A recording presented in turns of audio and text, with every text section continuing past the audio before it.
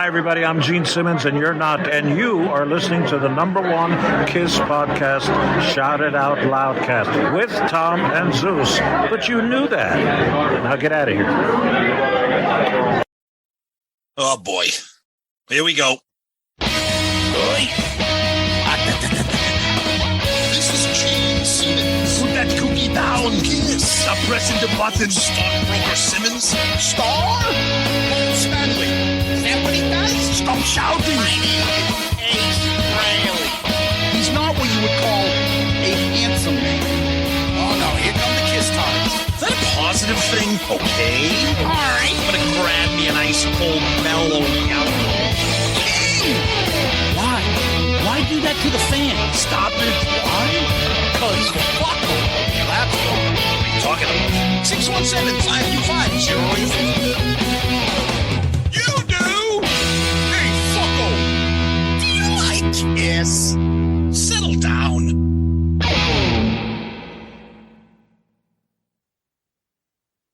Hello. Hey, what's up there, KISS Army? Tom and Zeus with the 300th episode of Shout It Out Loudcast. Yay, us. Tom? Unbelievable 300, and what a way to celebrate. Yeah, it's just that it's one of those things that I don't, 300, 200, I didn't think a big one. I think the 100th was the big one for me.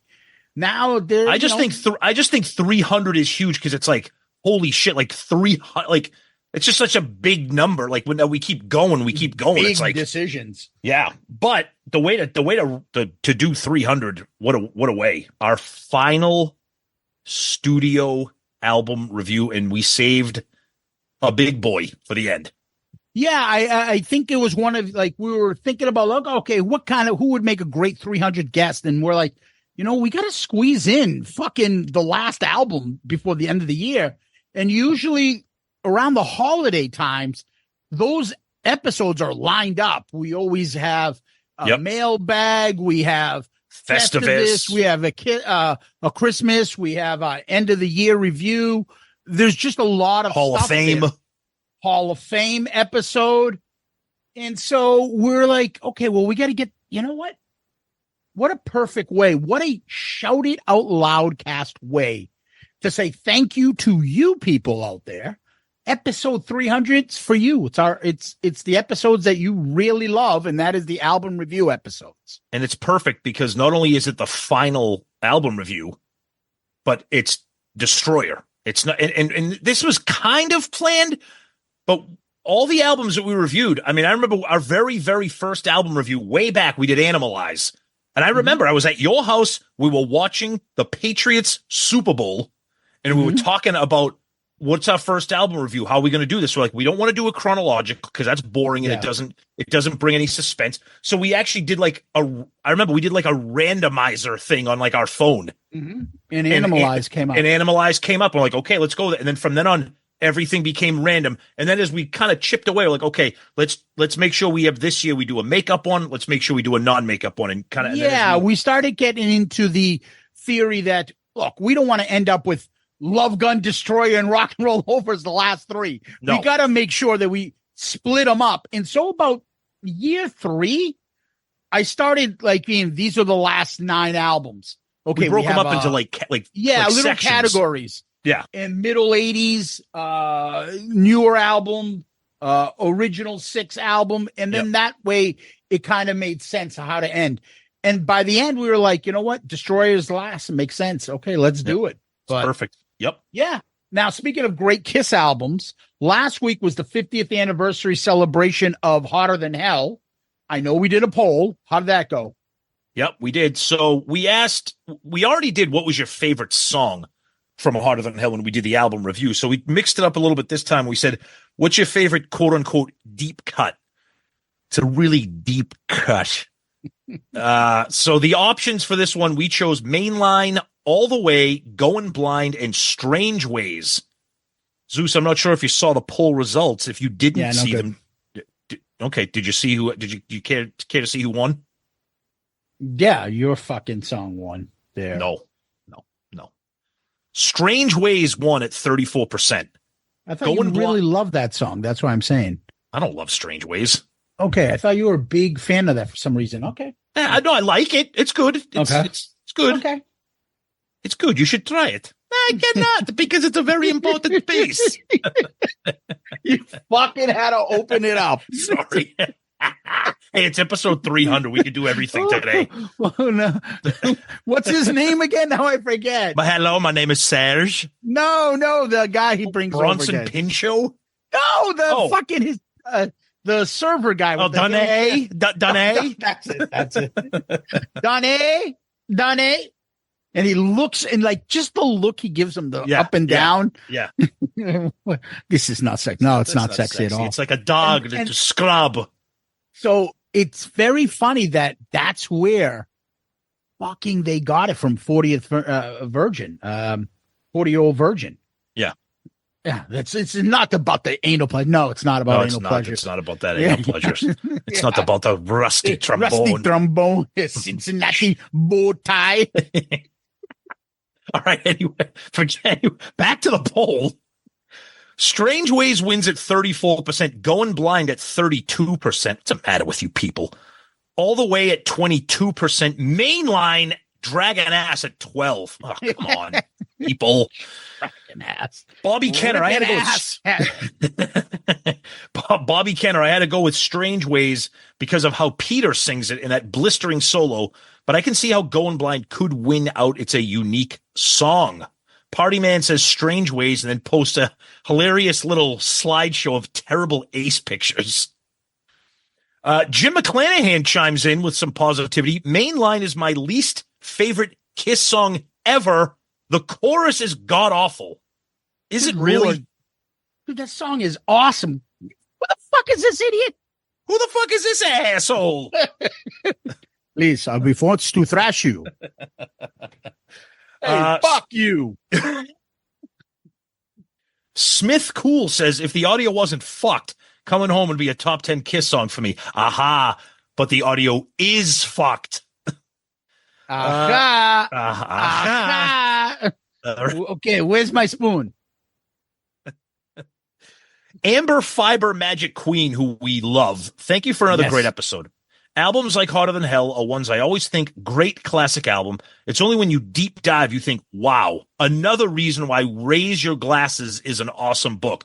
Amber, you are the best. Thank you. We brought up during the episode. I'm glad you brought it up too. It's episodes like this where the book is such a great companion, and we're glad that you got that, and we're not surprised that you did because you are the best. Thank you. Dizzy Dean's Picket Fence Teeth chimes in this week, Zeus. Oh, God. He says, let me go rock and roll, which apparently, once again, he doesn't understand the rules of the game because that's on a deep cut. And then he's got a gif of some really fat, weird guy dancing. So thank you, Dizzy Dean. We haven't heard from you in a while. Ken and Satan's Service. To hear how heavy songs from the debut and Dress to Kill are, you need to listen to it live. Whereas Harder Than Hell is murky and heavy, especially for 74, this album made them sound menacing. Yes, it did. Okay. Shane Swan, great show. I love the dark, muddy sound of Harder Than Hell. It gives the album its vibe. It fits the mood. Kurt Von King says, this is my favorite Kiss album. The production is absolute shit, but the songs are fucking awesome. I played every song on this record of my band since day one. This album was so influential to me. Glad I'm still alive to celebrate its 50th. And Greg Seacrest chimes in, Harder Than Hell is a fantastic album, but it took me years to get past the horrible production quality, which sounds like all the mics were placed in a musty basement while the band played upstairs. Well, maybe, Greg, that is what happened. I don't know. But yeah, lots of love for Harder Than Hell, of course, well-deserved. That's what we got on Twitter this week. Tom, you had mentioned something earlier about, I don't know what it was, but the phrase ripping ass came up. So it reminds me of the post of the new Big Mac Chicken Mac. Have you yet to try that? I haven't been to McDonald's in a really long time. I'm either going to have to be hungover or drunk, and I don't really drink enough to be either of those anymore. So I don't think I've ever had a Big Mac in my life. Oh, I have. They're fantastic. Really? Oh, yeah. I don't like McDonald's pickles and onions and shit like that. No, so I've never had a Big Mac. No, it's good. And I don't get chicken sandwiches either from McDonald's. So All I know is everybody had a lot to say about the post about the chicken Big Mac and people ripping ass. Maybe that's what we'll serve at our first annual Loudcast-a-palooza next year. That'll be we'll serve chicken. We'll have Macs. some Roni and some mellow yellow and a couple slices and some Big Mac chickens along with the pizzone. The pizzone. Jesus. And we'll hire Tommy Davidson to do a cameo for us there. He's probably available. He's not doing it. He ain't doing anything. All you can eat pizzones, buddy. All you. All right. Over on Facebook, the actual page, Kevin Linton. I love the dark tone on this album. Yes, the production is bad, but I kind of find it endearing. It's probably my favorite. Not one bad track on it. Can't wait to listen. Thank you. Mm-hmm. John Kozis writes, best Kiss album. All you Kiss tarts, it's Kiss tards, but that's okay, that say it doesn't sound good, need a new stereo system and adjust your treble and bass with the equalizer. No. Don't think all this new Kiss merch and vinyl will be worth anything in 10 to 30 years. $300 for a ticket or a patch is taking the piss out of Kiss fans now. Just ridiculous money grab. You don't think $350 is good for a trading card? A gold trading card. Oh, okay. In that case. Bobby Kenner, kicking ass as always, boys. You covered a good range of stuff going on this past week with Paul, especially with Bruce.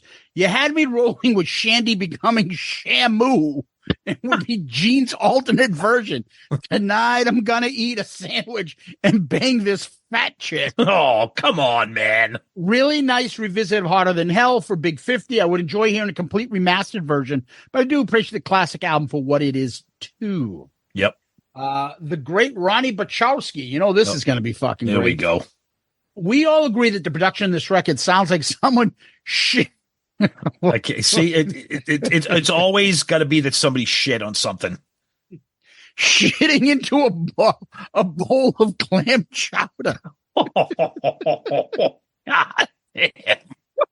Oh, God. But it definitely has some iconic songs, some of the best. From a collector standpoint, if you want to have the anniversary edition just because cool, but I won't be getting it because it won't have anything to offer as far as remix, remaster. So you can't polish a turd and you can't change it from sounding like an audio flatulence. Maybe they can AI enhance that shit someday and we can get the album as it should have been. Maybe. Which, by the way, I wanted to jump in real quick. It's making its way around the Facebook groups, and it was on our Loudcasters group. Somebody out there, I don't know, he's some kind of techie audio guy. He remixed Harder Than Hell himself with some software, made the drums sound a little bit cleaner, made like the bass and the snare drum sound a little bit clearer. It sounds pretty good. I mean, it's.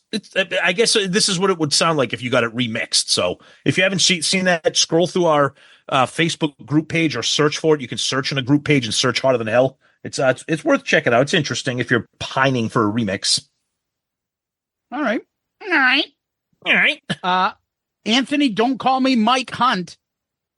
You had me at Shamu. Funny that you discussed opinions ahead of the review. Unpopular opinion incoming.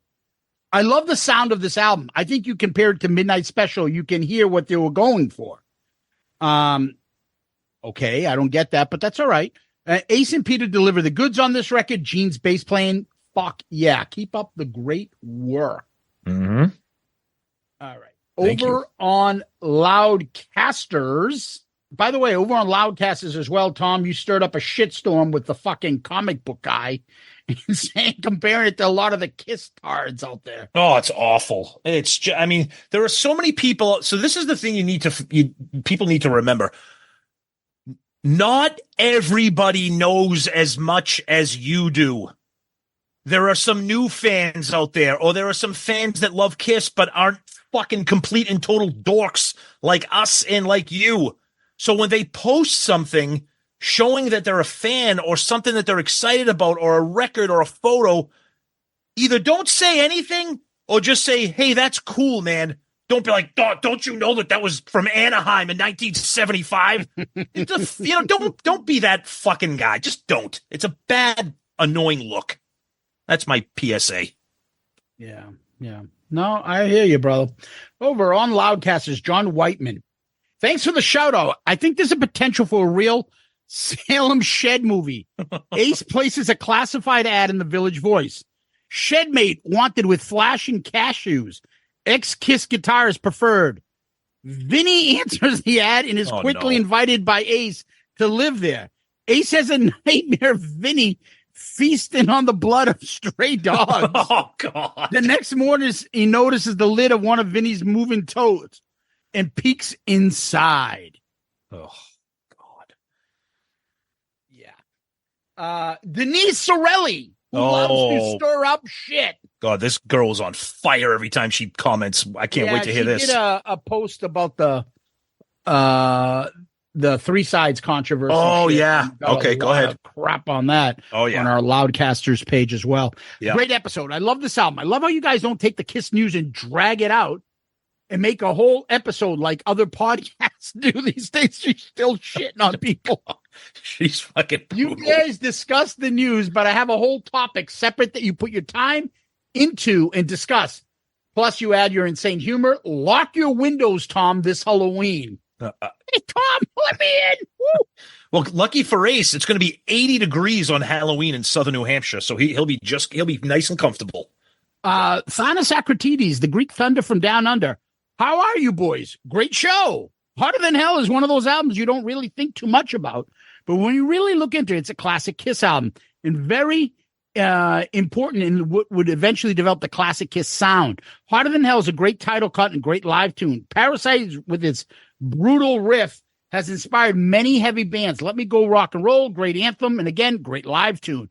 Got to Choose and Watching You have also been memorable live cuts in the past, and deep cuts such as Strange Ways with that brutal lead break from Ace, one of my favorites. Coming Home's melodic bliss from the Star Child sounded great on MTV Unplugged. Sonically, I think it would have been great if you clear up the muddy mix, but the album at 50 years still packs a punch. You're way too positive, Thanos. Way too positive. He must have woken up on the right side of the bed down there, down under. Yeah, Good for he's him. Australian. He's a friendly guy. What are you going to do? Yeah, we love him. Let's go to YouTube, Tom. Do it. Sweet FA24. Awesome. Thanks for doing a 50th. Colin 09T. Love this album, the cover and its backstory and all the tracks. Yet, even though some tards don't like it, as for the production, it is what it is. Let's appreciate for what it is. Great episode. How could it not be? Looking forward to DTK 50th. Yep, that'll be here soon enough. Can't wait. Yeah, Chris Flood. My favorite Kiss studio album. I like the production. Yeah, I said it. Saw you guys on Amit. Is Tom trying to look like modern day Triple H or old school Butcher Vachon? Not Rogie Vachon. Great job on both shows. Yeah, we joined Amit on his Rock Tales, which is fucking awesome. Love Amit.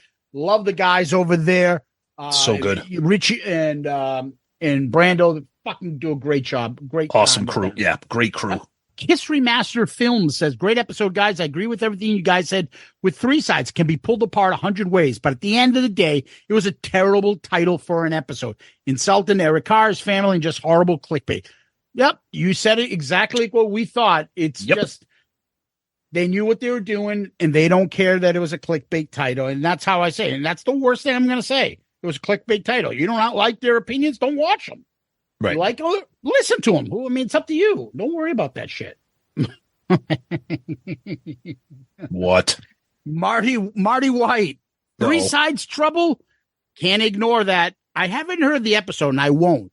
But I listened regularly until 2019. So here's what I know. That Zucchini fellow is buddies with Singer. They text each other.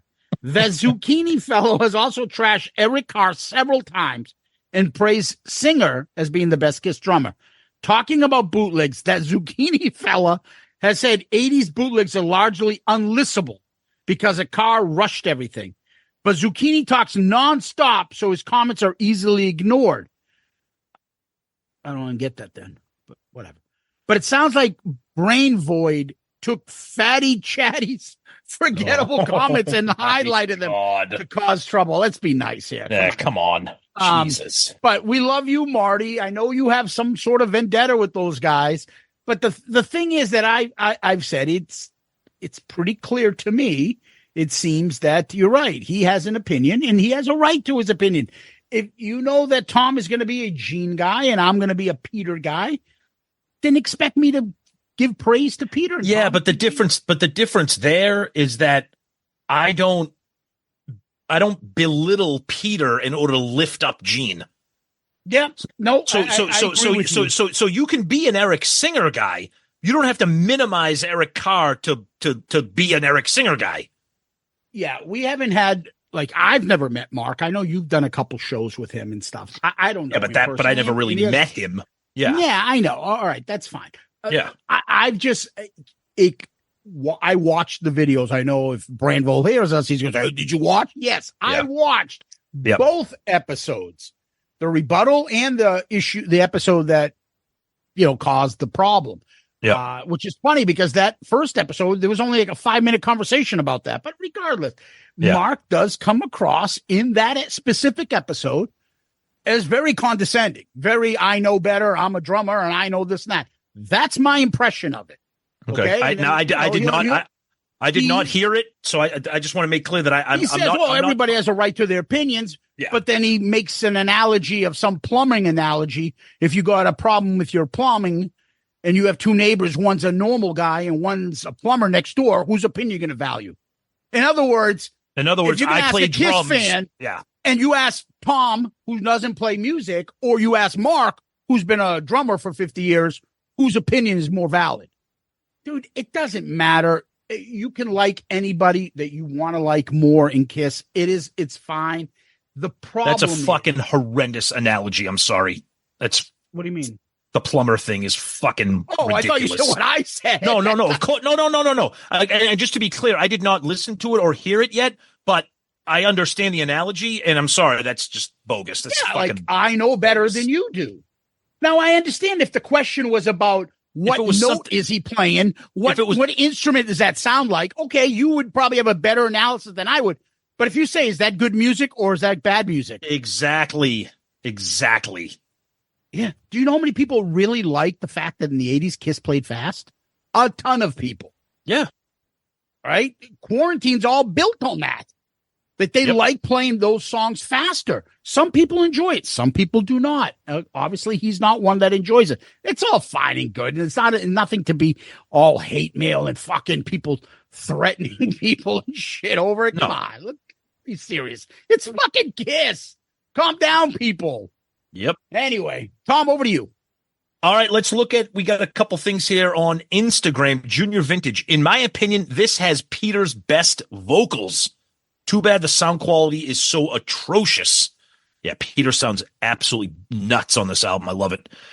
Dave Rockstar says the production is terrible on this record. Sounds really raw, like it was recorded in someone's garage, yet I do love this one. Going Blind could have been a grunge hit if it came out in the 90s. Well, that's why Dinosaur Jr. covered it on Kiss My Ass. I recall Marty Friedman of Megadeth once stated in the Guitar Magazine that the solo on Strange Ways is the most intense guitar solo ever. We have had a lot of people comment on that, about that's one of Ace's like hidden gems of a guitar solo because the song is just not very popular. They don't play it live. It's not on compilations. And that is one of his most unheralded guitar solos. So good stuff there. Let's go over to our emails here. A good friend, Wes Beach of the Plasmatics. Hey, Tom and Zeus, I'm getting a bit worn out by all of the Hotter Than Hell anniversary celebration as it dominates the internet. I was in college when this album was released and I picked it up for $10, a far cry from the $80 the anniversary edition is selling for on Kiss Online. I immediately was disappointed in what could only be described as a murky sound and wondered why the same production team, it was such a sonic departure from the debut album. I hope you guys can get Kenny Kerner or Richie Wise in your show so you can ask them what happened and if it was by design. I don't think I've ever heard it discussed by either of them. I like the songs for the most part, but missed some of the rhythmic interplay that appeared on the first album and wonder if it was because it was rushed to be recorded and released. And I was hoping for a deluxe box set with demos and a new upgraded mix, but alas, guess we'll have to wait for that one. Once again, by the time I went to Kiss Online, the picture disc was sold out. The vinyl edition was only available with different shirt sizes, which makes no sense. Guess I'll have to eBay the shirt as I did not want the album. As always, looking forward to the next installment. Good points there, Wes. Very good points. Zeus, let's go back to you to wrap up feedback because we got an album we want to talk about here. Absolutely. So over on Loudcasters, Tom, Todd Kowalski says, as funny as it would have been to hear you guys go off the rails, it was good to hear you be a voice of reason in the most recent Three Sides Kiss fan war. People need to learn how to relax a little bit when it comes to that stuff. Well, Todd Kowalski, for saying the obvious and saying it well and timely in a succinct manner, you, my friend, are comment of the week. Good answer. Good answer. I like the way you think. I'm going to be watching you. Yeah, Todd, the voice of reason telling people to calm down. I like it. Thank you. Yeah. I appreciate that, buddy. Comment of the week on episode 300.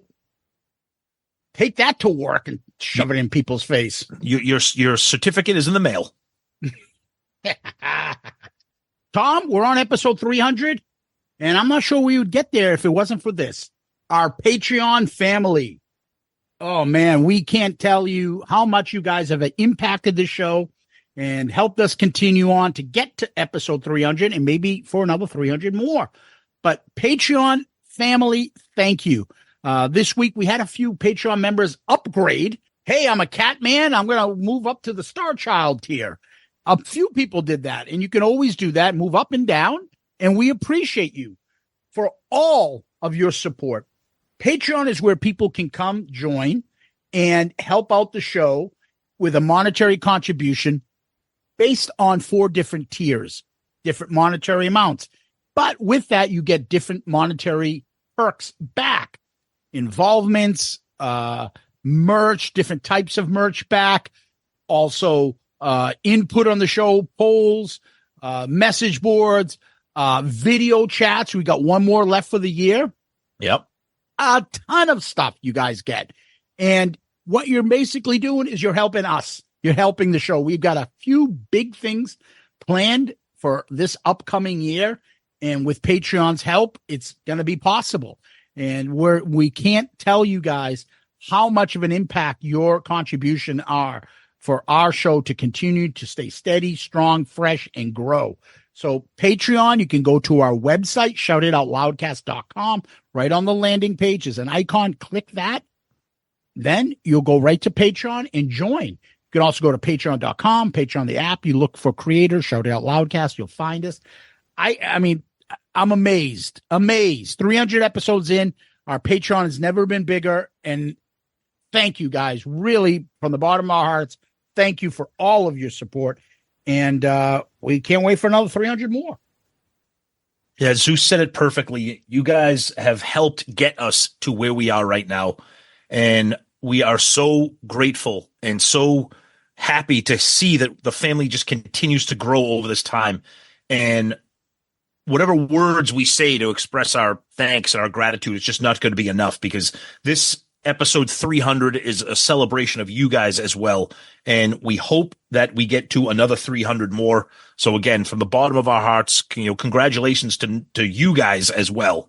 So thank you. Oh, one quick housekeeping note. I received an email that the Shout Out Loudcast guitar picks are being shipped. All right. So with that being said, they should be here shortly, and I'll get them out to the rest of you that are part of the merch for that. So nice. Thank you very much. Cool. Tom, what's going on in his world? So there was an Ultimate Classic Rock episode where they did a power ranking list of all the KISS members, every single one of them. Bruce Kulick retweeted it. He says, of course, Paul and Gene topped the list. What do you think of the other order? And in real time, while we're recording, exactly. Literally 43 seconds ago, if I look at it right now, Paul retweeted it and says, what do you think? Well, of course, Paul's retweeting because he's number one on the list. If he was number 3, you think he would do this? He'd have his face buried in a bowl of orange juice pasta if he fucking wasn't number one. Yeah. So that was funny because that was the first time he has tweeted since his pasta tweet. Gene shared a couple of things from his son, Nick, his band, and some interesting music that Nick's involved in. Tommy hasn't tweeted since September. Bruce is also going to be by the time this episode drops, Bruce is going to be at the Spooky Empire horror convention. That's at the Orange County Convention Center in Orlando, Florida, November 1st, 2nd, and 3rd. So obviously by the time this episode drops, it'll be in the middle of that. So hopefully you're aware of that. Bruce is staying busy. He's posting a lot of things, keeping the Kiss name and brand alive, which is one of the main reasons we love Bruce so much. But everybody else, quiet as always. Really nothing going on with the band. Just a couple of articles, couple interviews. Even Ace has been unusually quiet. So he actually dropped out of a festival that Eddie Trunk is hosting. He was supposed to be part of it, and he dropped out. It didn't say why. It just had his name kind of removed from the thing. Again, Eddie had, I think, tweeted it or put it on Facebook saying that there was some changes in the lineup. Here it is right here. It's called The Sand Rocks. It's in November, the 4th through the 9th. It's in Cancun, and it's a wild mix of artists. It's got people like Bret Michaels and Lita Ford, but then it's got Lou Gramm and John Cafferty, the Mary Jane Girls, the English Beat, Rick Springfield. So Lita Ford is in, Ace Frehley is off, and it really doesn't explain why. So interesting there. I don't know if Ace is healthy or not, because he has been very, very quiet on social media. So that's interesting that he was pulled off of that festival. But other than that, Zeus, not much here. Yeah. Let's take a quick little break. But before we do, Tom, we have a few people that want to say a couple things to us. Oh, nice. Okay. Hey, happy 300 episode, Tom and Zeus.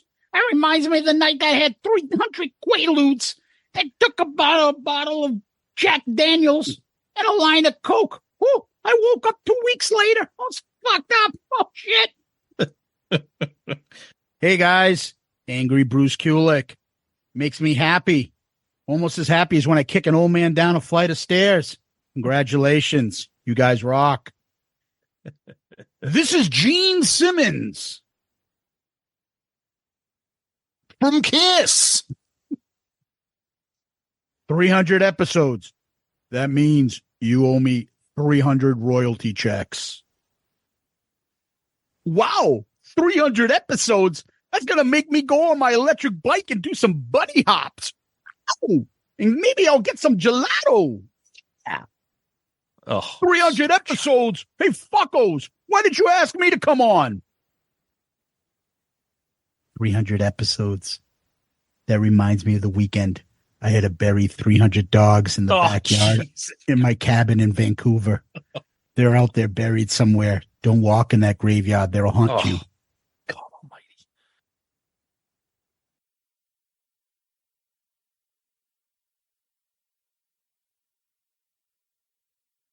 All right, we're back. And how nice was that to hear from all of those KISS members with some wonderful and frightening comments about our 300 episode. But while we're very blessed to hear from them, that was wonderful. Tom, did you get anything special from Ace on the 300th episode? Yeah, I got 300 pounds of turd behind my shed that I have to clean up now.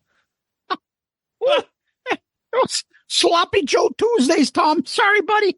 It's been a real problem with the Halloween season. That candy corn doesn't really digest that well. It makes a big mess. Oh, jeez. If you see me floating out your window, don't open it. Don't open it. Maybe you can throw me one of those caramellos. I'm a big fan of those. What? Caramellos. Oh, they're so good. Oh, okay. I'll take your word for it. All right, Tom. Our last fucking album review. Oh, wow. God, this is depressing. Wow. This is sad. It's celebratory and sad. That's right.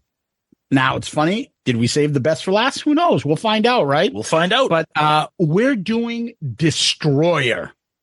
Okay? So, yep. know how we always do this. Usually we'll talk about when did we get into the album. Tom, do you want to lead us off? Yeah, I actually have kind of a little bit of an interesting, well, for me at least, kind of vivid memory of this. So, this album obviously came out in 1976. I was 3 years old. I didn't get into it then, obviously.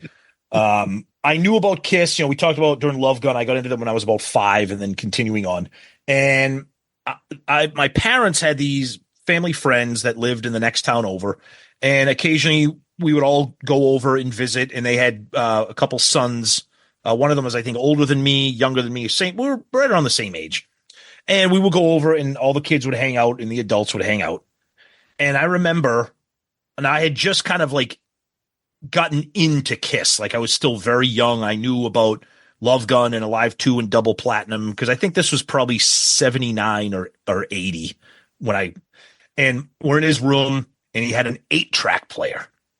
And he had the Destroyer 8-track.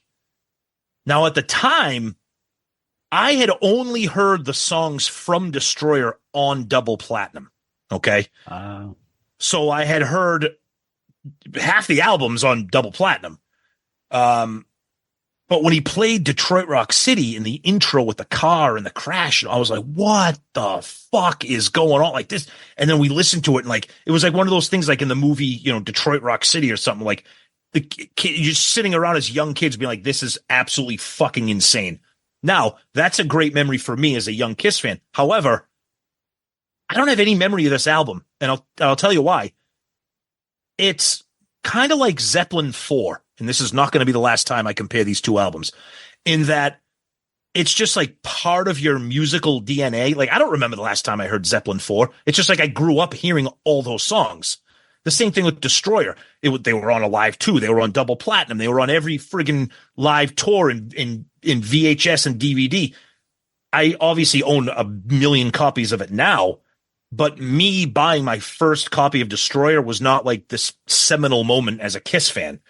Just because you just couldn't avoid the album and all the songs on it itself for the most part. But I do have that one little memory as a kid with the 8-track. So, okay.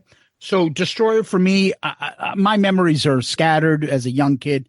Again, me and my brother, my cousins, we're always, when we got into Kiss, I don't remember what album came first, but it's a blur between Love Gun, Double Platinum, Alive 2, Rock and Roll Over, and this album. So somewhere along the way, when I was like 5, I had this. I was just staring at that cover. Mm-hmm. It really kind of stood out to me. But I always felt like it was the beginning of like Kiss for me. Mm-hmm. Like the other stuff seemed older because this stuff was the songs that went on Alive 2. As I've said before, when I got back into Kiss, and like when I was in middle school, all the songs on Alive, I'm like, I don't even know these songs. Right. I may have had those early Hotter Than Hell albums and things like that, but I didn't recognize their songs. I recognized the songs off of Alive 2. So all these songs are very familiar. When I got back into the band, I gravitated towards this album and picked up on why I loved it. And that's really it. There's a lot of blurred memories of the time when I was young and I got into this. So, it's not very specific, but it's right. It's there with everything else that I remember when I first got into Kiss. Yep. So me too. Anyway, so what we usually do, Tom, is we go into the album cover first before we get into the facts. Yep. And this is a Ken Kelly cover. And go ahead. Yeah. So this is one of the really interesting album cover stories. So they originally wanted to get Frank Frazetta, who did like the Conan the Barbarian artwork and stuff. He said he wanted like a ton of money and that he wanted all the rights. And they were like, yeah, that's not happening because Kiss sells everything, Lunchbox, et cetera, et cetera. Yeah. So they went to Ken Kelly, and they kind of they wanted a comic book image. Okay. And the very first image that he submitted is what eventually we got later on when Destroyer Resurrected came out. It's got the band in their Alive costumes, and it's not as fine-tuned, and the background is a lot more vivid. The destruction is a lot more vivid. Yeah. And at the time, he was thrilled with it. And Casablanca, Bill Aucoin got in touch with them and said, we can't use Casablanca doesn't want to use this cover. They're saying that you guys look evil because you're very aggressive and right behind you is this burning city and too much violence. We can't have that. And Ken Kelly was devastated. So he put another cover together. Coincidentally, when he put the new cover together, he had to put them with the new Destroyer era costumes because when he painted the first one, they hadn't had those yet. They hadn't had those yet. Right. So you get the cover that we see now, which is a lot more detailed, a lot more crisp and fine-tuned and gorgeous. But I do like that we have the resurrected, so that we have that, that it exists. What do you like better? Oh God, the one that we got with the Destroyer costumes. Yeah. Oh, it's gorgeous. Fucking beautiful. So I don't know what the fuck they're talking about. The other one looks stupid because they're kind of floating in the air. Right. I mean, the only thing that's better than the other one is like you can actually see a little bit more of the destruction. Is a little bit more vivid.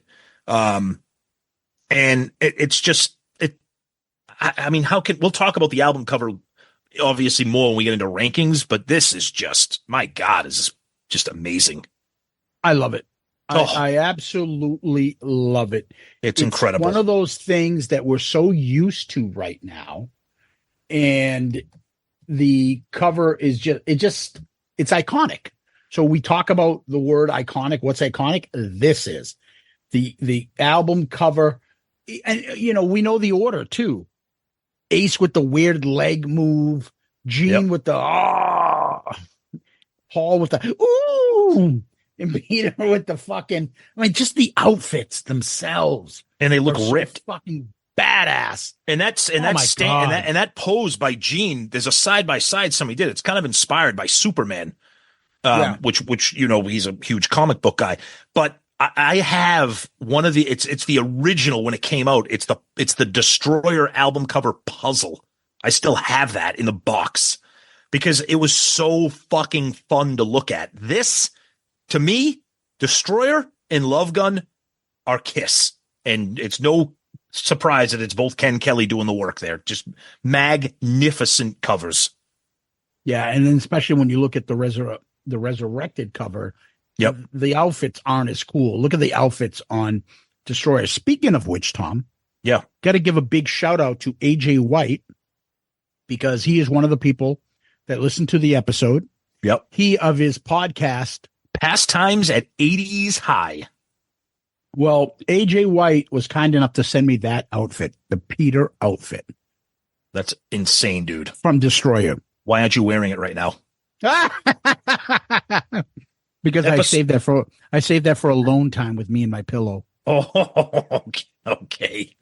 Nice. But AJ is a great Patreon member and a great guy. So thank you. And make sure you give his podcast some love, right? Yeah. They do some Kiss episodes. They do a lot of other stuff from the 80s, which is super cool. Yep. And him and his brother and his friends are on it. They do a fantastic job.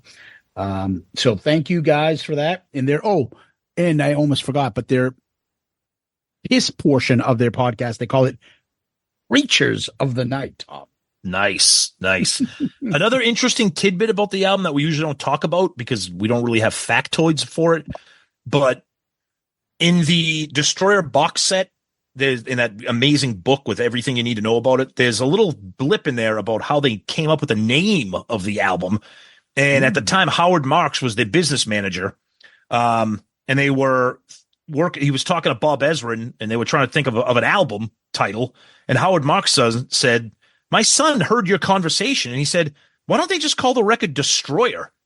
And they said, we all looked at each other and they said, out of the mouth of babes, I guess. Yeah, that's right. Destroyer. That's cool. Gene said, I remember wanting to call it Dynasty.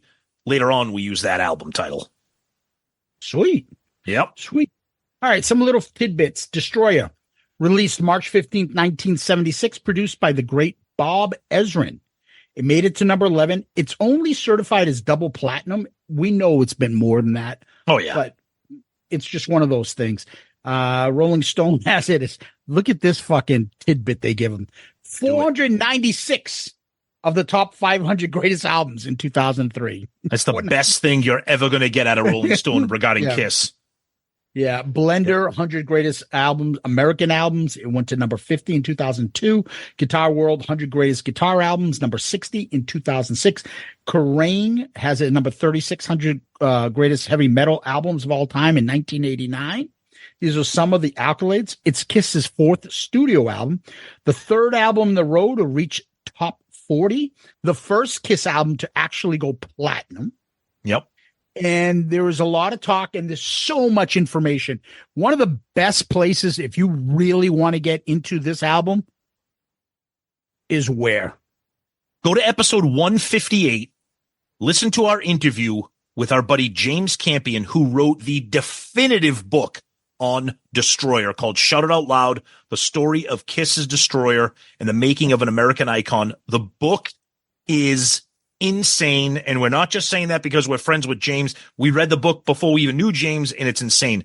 So A, get the book. B, listen to our episode with him. It's an old episode. It's from 2022, episode 158. He gets into all the weeds. It's an magnificent book, especially if Destroyer is your go-to Kiss album. Incredible book. Yep. And there's a lot of facts I read about the book. I've read about my information. I read all four members, Kiss, all four original Kiss members' biographies. Yep. About this section of their lives where their Destroyer was involved. There's so much input on this. So the big thing is that Kiss started getting some trending, some traction going from Alive, and they wanted to bring in something different. They got to go to the next level. And I believe it was a coin that was like, let's get Bob Ezrin. They all admired his work with, at the time, Alice Cooper. So Ezrin was, brought in as the time as to be the right guy to lead Kiss, to take them to a new level. They recorded this at Electric Lady and record plant in New York City.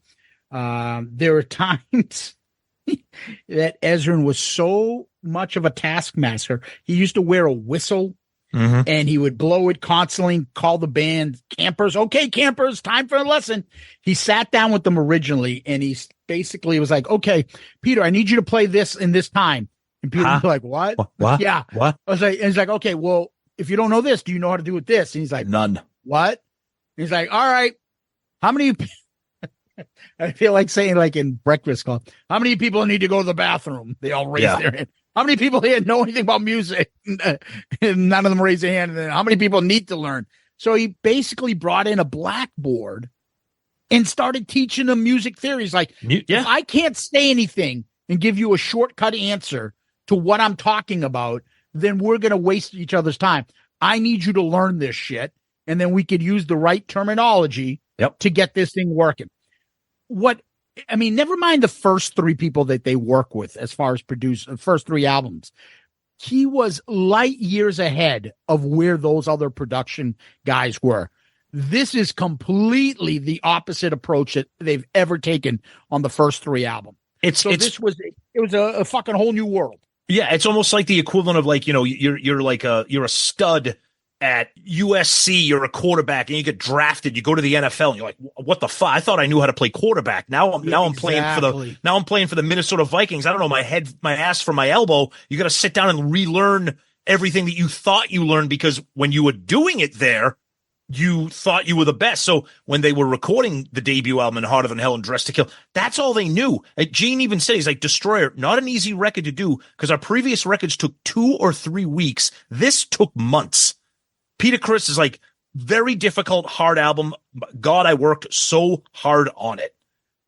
Gene is like, he brought in, like, Ezrin brought in a sophistication of production, arrangements. He's like, it was a different world. We didn't know what we were getting ourselves into. Since Bob Ezrin, there's never been a producer that's done what he's done with Kiss. None. And is night and day what he does, his approach with Eddie Kramer. Eddie Kramer gets the best sounds, but he lets them kind of explore their own shit. Exactly. Okay. Whereas Ezrin is fucking hands-on. They've never had anybody like this. No. He had writing credits on 7 of the 9 songs. He flushed these things out. They're like, as Paul had mentioned later on, he's like, from here on out, I don't call any of those other people that we call producers. They're engineers, as far as I'm concerned. That guy's a producer. He's right. Like, he fucking works with you and he gets shit out of you. Everybody else is just fucking twiddling, knobs. The amazing thing is you've got such, like, everybody looks back.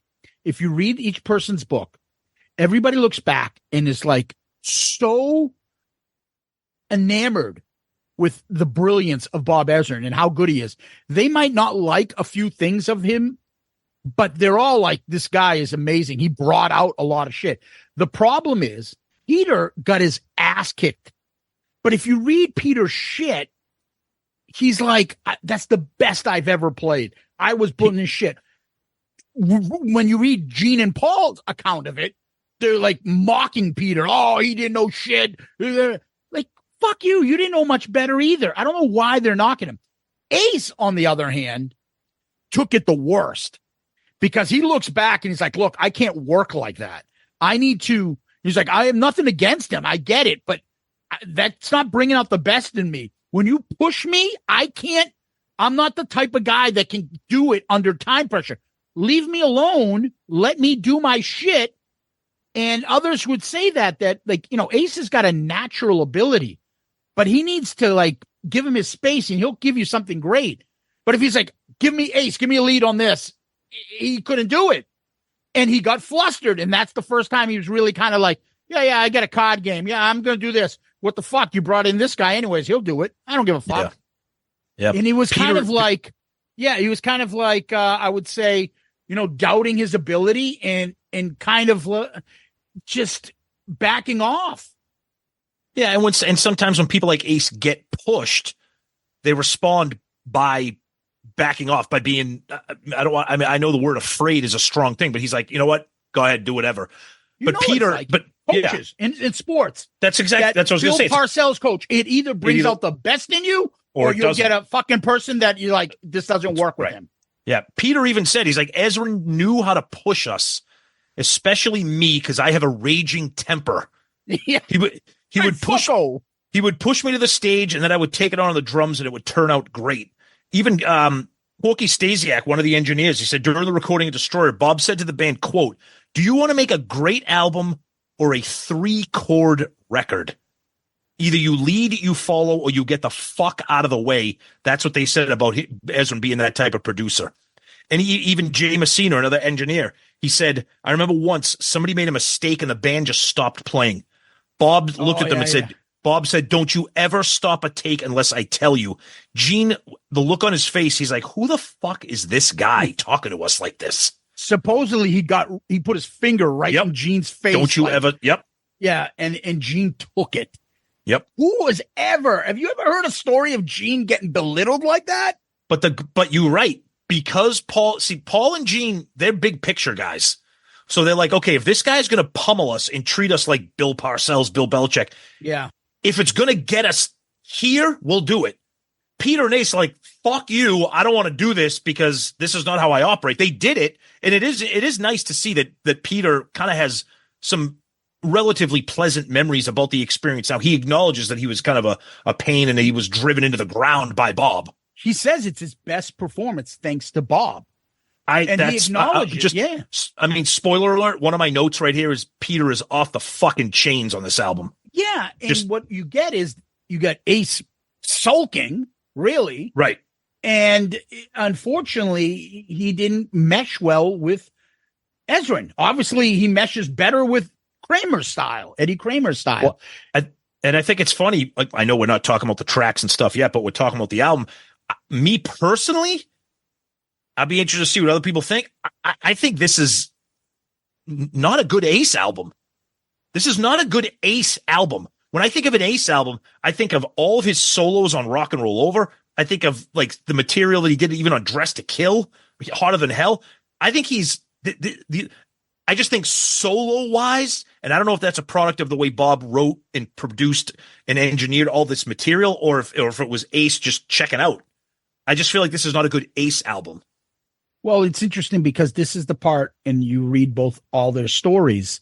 This is the part where Ace went from an alcoholic to starting to do cocaine. That's right. So one of the big stories about this is all of them being like, what the fuck is this? Gene seeing Coke in the fucking thing and thinking it's fucking shit for his coffee, sweet low, and almost putting it on. He's like, why is this mirror down here? Why don't you have it up so you don't have to strain your neck to look at it? And he's so naive. Right. And then the other part to this is like Peter getting pissed off. Like, yeah, I do Coke all the time. Why is it you're okay with him doing it? And when I do it, I'm a fucking loser and this and that. And it's one of those, but you're not putting out amazing shit like this guy. Right. So and then you got Ace who got onto the Coke binge, and Ace goes into major details in his book about, I found this new thing, that first high in cocaine. And I could balance it out with my booze. With my so drinking. I had that perfect upper and downer shit. But he goes, and then afterwards, though, unfortunately, I need to take like Percocets and shit and sleeping pills and it just put him on a crazy. And he describes all that feeling that he would get and how cocaine really changed and all that shit between Peter, him, and Ezrin, the cocaine influence on this album versus the other straight guys. True.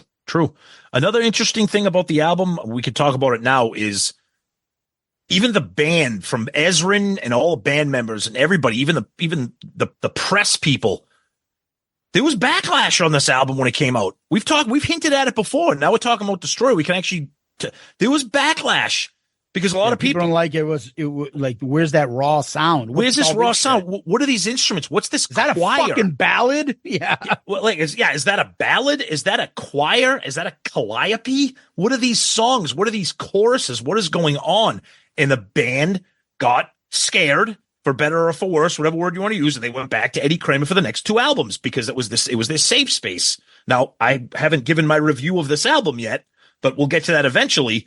But there's a whole section in the Destroyer box set book titled Backlash, and it's got quotes from all of them about how they thought they put this masterpiece together, and the fans were like, whoa. But a lot of times things get better with time. And the way the album has aged, it's one of only two albums to get the box set treatment. So that shows you what people think of it now. So Destroyer, again, is a pivotal part of their history. Yep. Sorry, history, because they could either go back down after Alive and fade back out, or they could go to a higher level. Obviously, they went to a higher level. And this album was really the catalyst to hysteria happening all over the world. This brought them out. So we could talk about this, and we'll have further stuff. Now that the albums are all going to be done, we're going to break down albums again. We're going to revisit albums. We're going to have guests to come on and talk about albums. We're going to have a lot more fun stuff. We've held back so much shit because we can't talk about that. Oh, we can't do a ranking like that because we haven't done Destroyer. We haven't done this. Now we're going to be able to take a look at these albums in a completely different way now because we've done the review, we've done the album cover, the production, the track listing and stuff. Now it's time to get into the weeds, and like Zeus said, eventually that's one of the things we're looking forward to, is bringing somebody else in, kind of like ARC in a way, but a little bit different. But like Zeus said, we're new and different things. It's going to be interesting to see where we go with these albums because we've reviewed them all and we've always held it very, very close to our hearts that it's just me and Zeus that do these album reviews. No one else is doing these. Yep. You have no idea how many people have been nagging us, and big stars too. Like, hey, I'd love to come on and talk about this album. Yeah. We're not going to name names. But we've had people saying, when you guys do this album, please let me on. And we're like, we can't. We can't. Okay. Yeah. We will. We'll call you. Yeah. But now we can do that once we do like a little bit of a redux, so to say, when we circle around on these. All right. We could talk about this album for years. Oh my God. Let's get into the music. Let's do it. First track. Detroit Rock City. I mean, there's not many songs that we talk about on Shout It Out Loudcast that you're kind of speechless. I mean, in my opinion, this is objectively, which doesn't make sense when it says my opinion objectively. This is their best song by far. Now, it's not my favorite song, but I think this is their greatest achievement. I mean, this is a song, we've talked about Fatigue Factor before. I could listen to this song on a loop and I will never get sick of it. It is just, it's an incredible, incredible song. And I still love the intro. That's Bob Ezrin on the newscast, by the way. That's his voice. I remember there was some stories. Was that Gene? Is that ads? Whatever. That's Bob doing that. Starting the car, the engine revving, the crash going into the next song, the doubled up solo that makes it sound like orchestral and cinematic. The chorus. It's when I hear this song, the visuals I get, the chills I get of them opening to this, that curtain dropping, and then the same. I mean, whatever we say about this song, it's just not going to do it justice. It's an incredible piece of music, and I love that it's a Kiss song because that's how fucking perfect it is. Detroit Rock City, written by Paul Stanley, Bob Ezrin. It's the third single. It actually didn't even chart. I know. So Paul wrote this song, the Get Up, Get Down, and stuff about a place, and he called it Detroit. But he wrote it also with the thought of a real life incident, which apparently he thought may have occurred in Charlotte. Yes. I'm not sure, but and he kind of brought that, and we talked about it on our Destroyer box set breakdown, what the demo sounded like, right?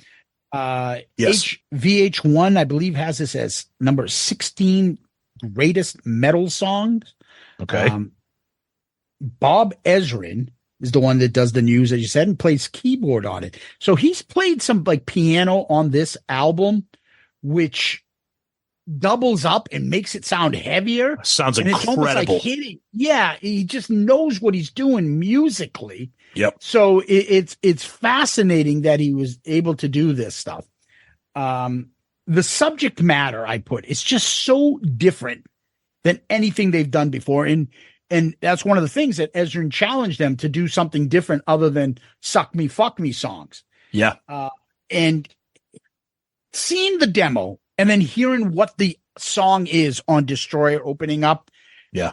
This is why when we did our producer rankings, Bob Ezrin's the number one producer. What he got out of what was presented to him, and I haven't even gotten to Beth and everything else, is just light years. He made Kiss better.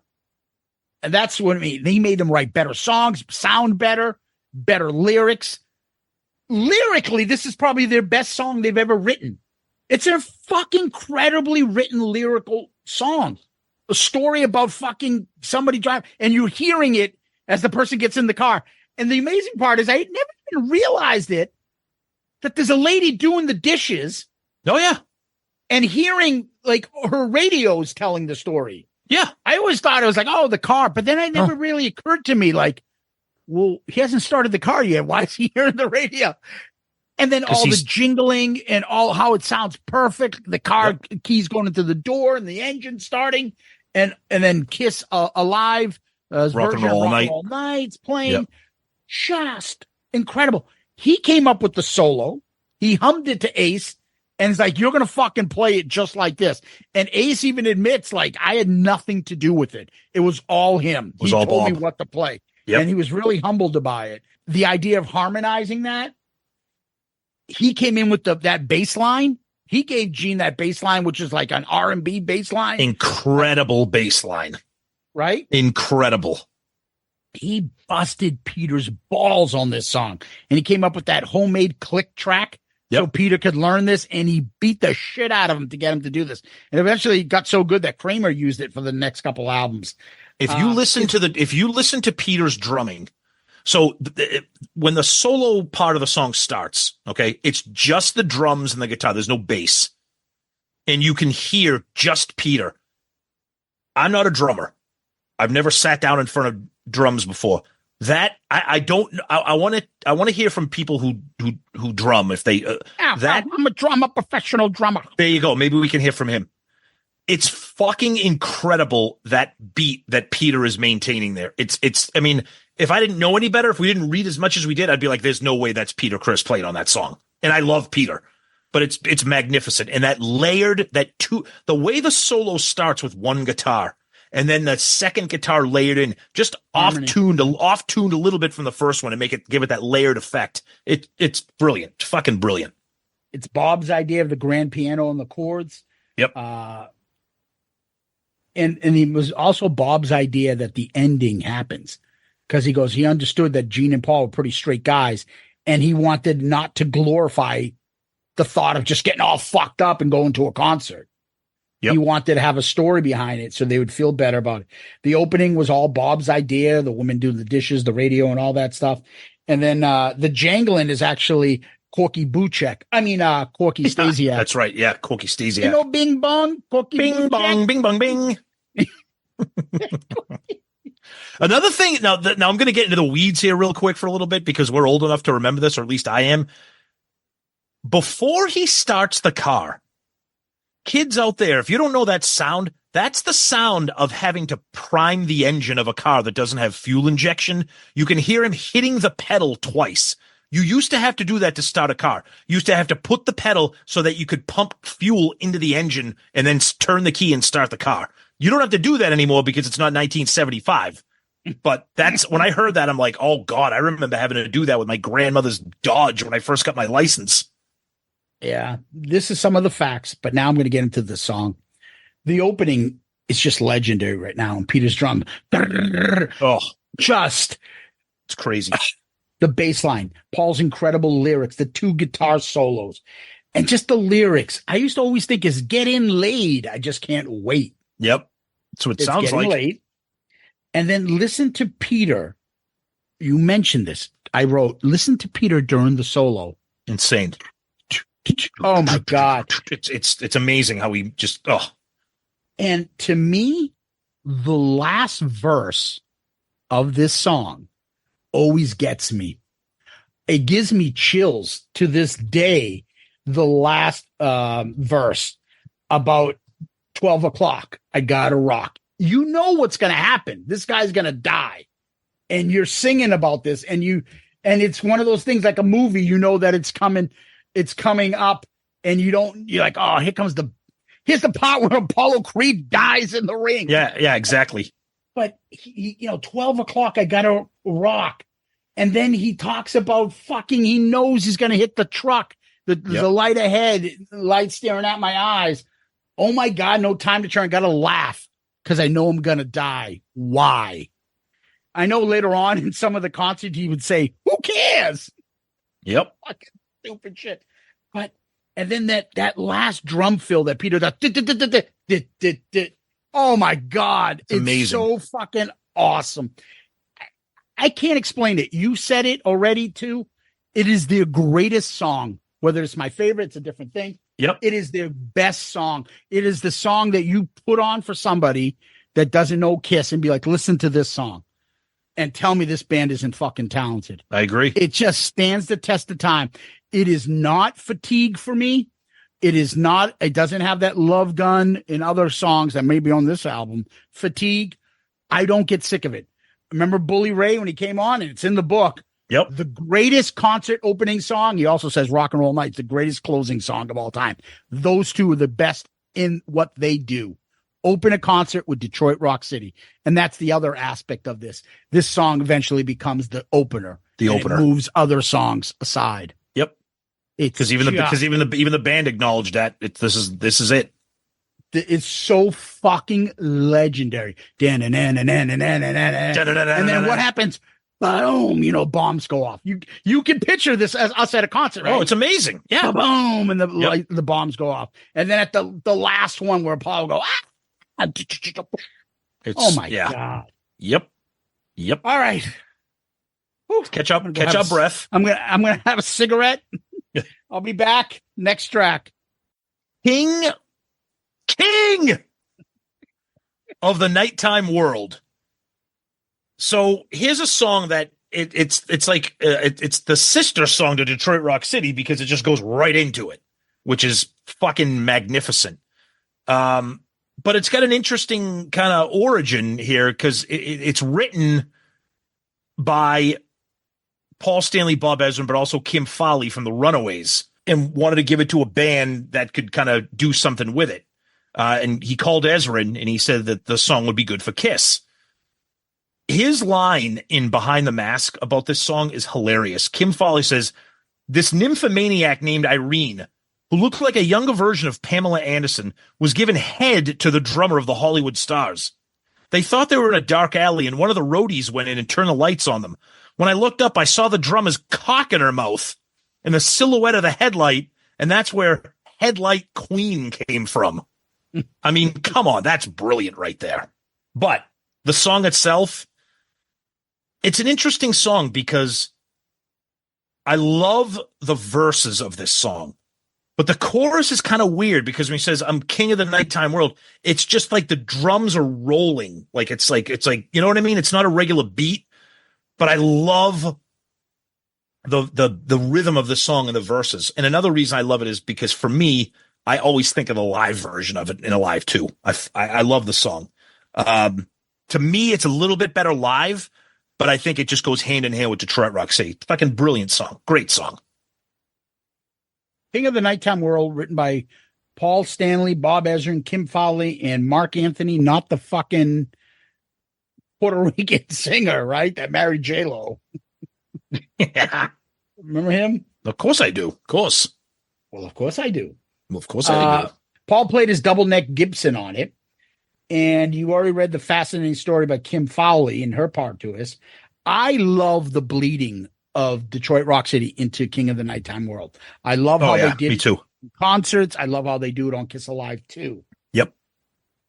I just, for me, the visual of this, I get such a visual since I was a kid of them being the cover of Destroyer singing this song.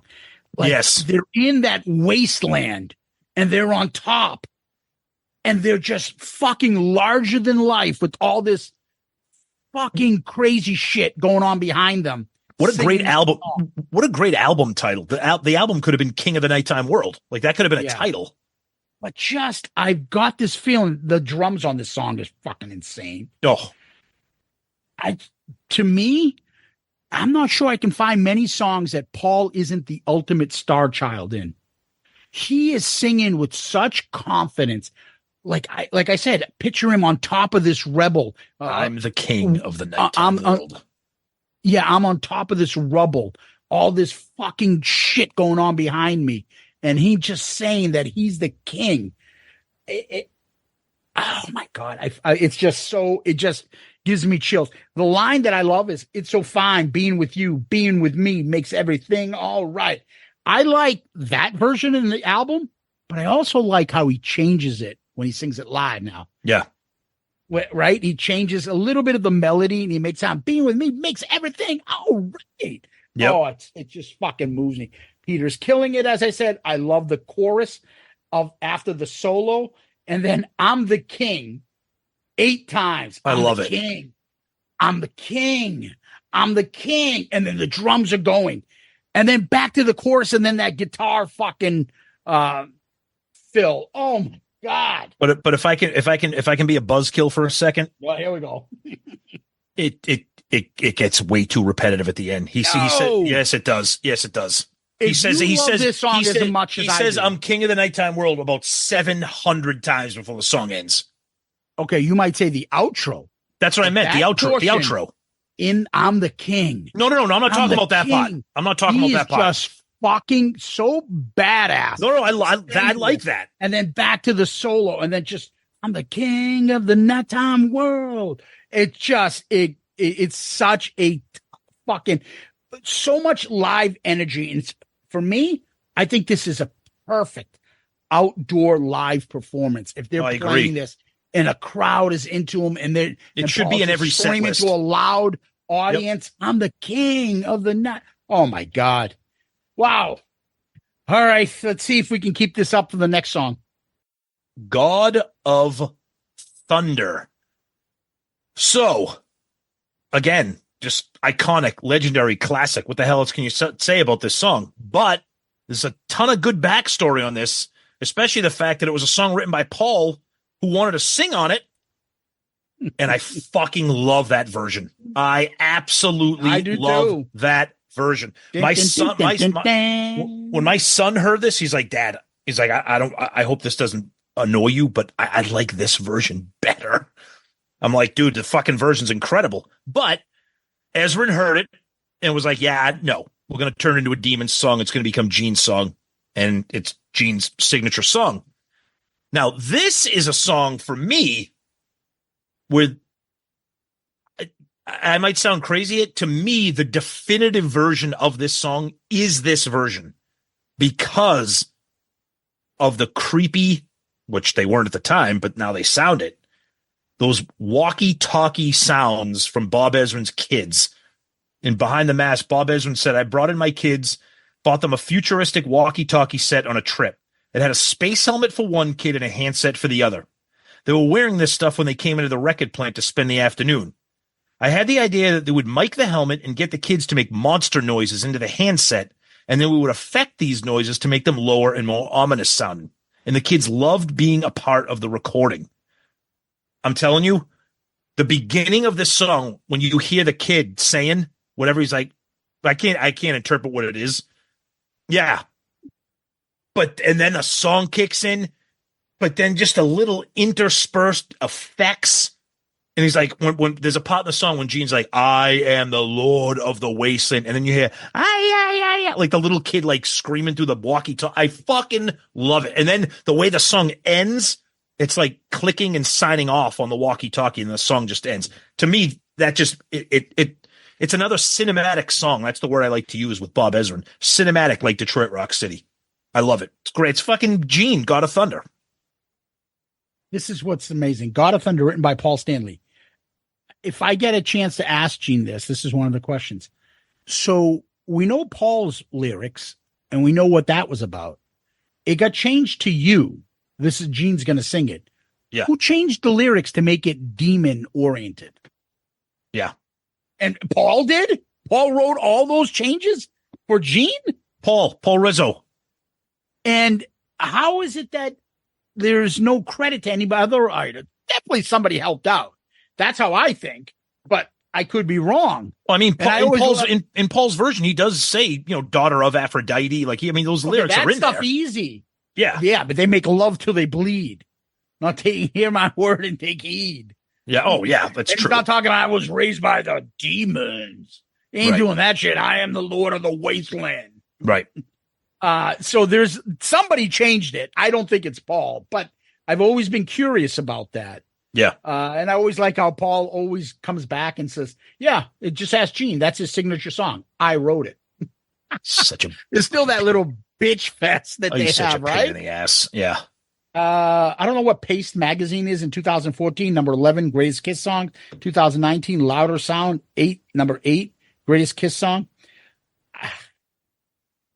Anyway, Ezrin does keyboard sounds. He does all that fucking crazy shit. It's his son David, who was 9, and Josh, who was 4 on that. As we said, it becomes Gene's signature song. I love the addition of the kids, the eerie sounds, the ominous, spooky shit. Sounds like little cherubs in a demon world of a wasteland, running around and being like, like fucking, you don't know what's going on. I love the Greek mythology of all this shit. I love how this is like just the ultimate made for Gene. Oh, Can totally. you imagine like a real critic band doing this song? The Eagles. We're going to do a cover song next. Glenn Fry is going to sing God of Thunder. Imagine him singing the lyrics, daughter of Aphrodite. I gather darkness to please me. Which reminds me of an old phrase. I used to take Latin. I did 4 years in high school and 4 years in college. I think I've told you this story. And when I was in high school, it was like a comic book we would read, because Latin's not a spoken thing. And we would translate this story of this rich guy that lived in Pompeii. At the end of the book, they all die from the fucking volcano. And the teacher would really get into like overacting the parts and read it. And he'd always and there was this one phrase he'd always just say, like, the slave girl pleases Caecilius. Like, what kind of fucking shit is this? And there'd be a picture of the cartoon guy and the guy laying back. And there's another fucking slave girl coming. What kind of porn shit are you reading to us? And he used to overact everything. Oh, it's just Like, come, I gather darkness to please me, please the slave guy. Yep. Anyway, it's such a unique song to Kiss and Gene himself, right? Yep. Imagine if they replaced Gene. Who's coming in to fucking sing this song? You can't. Right. Can't. No other song in the Kiss library is just, that's Gene. That's him. Yep. Right? The drums are so fucking badass, especially on the solo and the breakdown. If you listen to what's going on in that solo, I used to remember like, oh, there's a guitar solo in Not God really. Thunder? Where's the guitar solo? There isn't one. Yeah, It's like just weird noises. It's there's like one riff. There's no solo. I don't know what the fuck's going on the solo. There's a million noises being made, and I bet you every one of them is important. And I can only imagine the intricacies that fucking Ezrin put into the getting that just be like that. The speaking part is cool. I love it. I like even at the end of the road when all the fucking little what do you call those things? The pods, the little screens. All the little pods would have Gene's face, and it was pre-done. It wasn't for every episode. Yeah, like of course. you get in the beginning of the tour, and he would just repeat the fucking spoken part out loud. It just, for me, I can picture this in a like rock opera, like a Tommy or something, and Gene coming out during God of Thunder and walking out and seeing like a fucking ancient classic, like Greek fucking temple. Yeah. If you, I don't know if you're not a big fan of Star Trek, are you? No, not at all. Okay. I am. And there's an episode called Who Mourns for Apollo? All the Trekkies out there will know what I'm talking about from the original thing. Yep. And the scenery, the cinematography and all that scenery where Apollo shows up and then he grows 3 sizes bigger than everybody else and everything becomes dark and he's like fucking shooting lightning bolts. I picture Gene like that scene where he can grow that big and there's a temple behind him. Everything gets dark and it's in the middle of a movie or a play and he's singing, dun, dun, dun, dun, dun. Oh shit. Here comes the God of Thunder. It's just so unique that I can't explain it. I think this song might have been even better if this was done with skinny Gene. Like, absolutely. Oh, no doubt. Rather than, by the time he starts singing this, he's starting to get fucking army fatigue on and battle gear. And he was getting, he was like, thick. He was getting big. Yeah. But like demon skinny like Gene Winterland Gene. Yes. I think that would be so much eerier than what you see now in the End of the Road. Yep. Although, we enjoy that version too. Then now we always talk about now the song is synonymous with Gene's going to spit out blood in concert. Oh, yeah. And then he gets dragged up with the fucking things up to the top. And I love it. He sings this song and he's raising his hand out and screaming, I was born on Olympus. And he's just fucking all full of blood dripping all down his body. And he's on top and the crowd. It's great. My God. The performance live is fucking incredible. It's seeing a Vegas act. That's why I think, imagine what they can do with this, with the avatars. I think it's great. And then there's the other part to this song that I wanted to make a point. I love that this song has many versions that you can pick up on. Okay. So you can go with the Paul Stanley version, which is fucking awesome. You can go with the incredibly fast version, which is on Alive 2. There's even a great version of that. Remember VH1 Honors with Rob Zombie, Gilby Clark, Slash, Tommy Lee, Ace. That is a great version. Oh my God, that fucking version rocks. I don't think anybody else can pull that off. That's a sick version. Yes. Yeah. I always like the part where Paul screams out, so. Oh, yeah. Yeah. Yeah. And so the other part I wanted to mention is I always like different versions of this live, and I was trying to find the best live version. Unfortunately, like Alive 2 has a fucking drum solo in the middle of it, or others want to have like if you go to like off the soundboard or other live versions, there's a fucking wicked long delay because he's doing the blood. The blood. So where's the bass solo? Yeah, where's the crazy, awesome, quick version of this? Yeah. And my favorite version of this, and I have one of that, and that's from Kiss Rocks Vegas. Does a Okay. great job on it. Yeah. Go listen to it. There's no fucking other shit involved. It's just the about song. a 4 to 5 Yeah. minute version. Yeah. And it's a slower down version. That's why the Alive 2 version's as quick as the other one with the solo in it, because it's going so fast, but Peter's solo drags it out longer. That's one thing I do like about the Alive 2 version is I like that it's a little sped up. Oh, it's a different type of song when they speed it up like that. It's more badass. It is. And that's what the Rock Honors VH1 one sounds like. Yes. That kind of thing. But I love that there's so many different versions of this. Yeah. I just prefer one without the fucking stupid shit that I can go to and just listen to the song. I don't need a solo. I don't need the fucking blood and all that shit. Anyways, 3 in a row. I know we once did an episode, Tom, the best 3 in a row. I put these 3 songs as the that was best your number. 3 in a That was your number 1. Yeah, of course. Yeah. Yep. Let's see if number 4 can keep it up.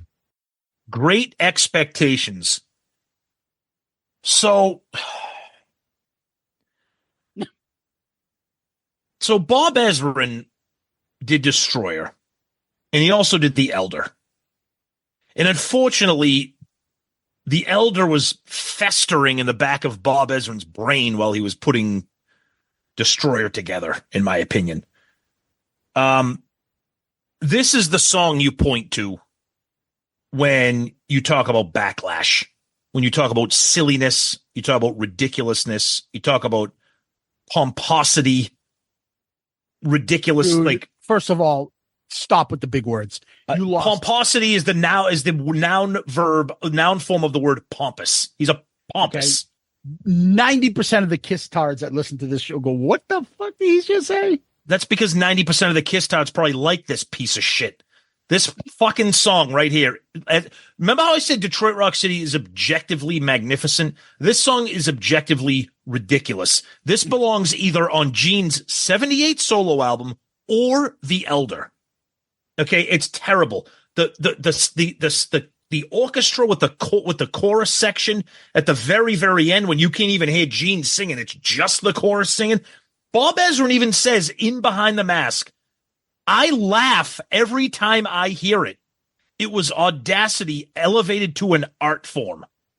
And then Gene's like, I wrote the tune. It's very romantic.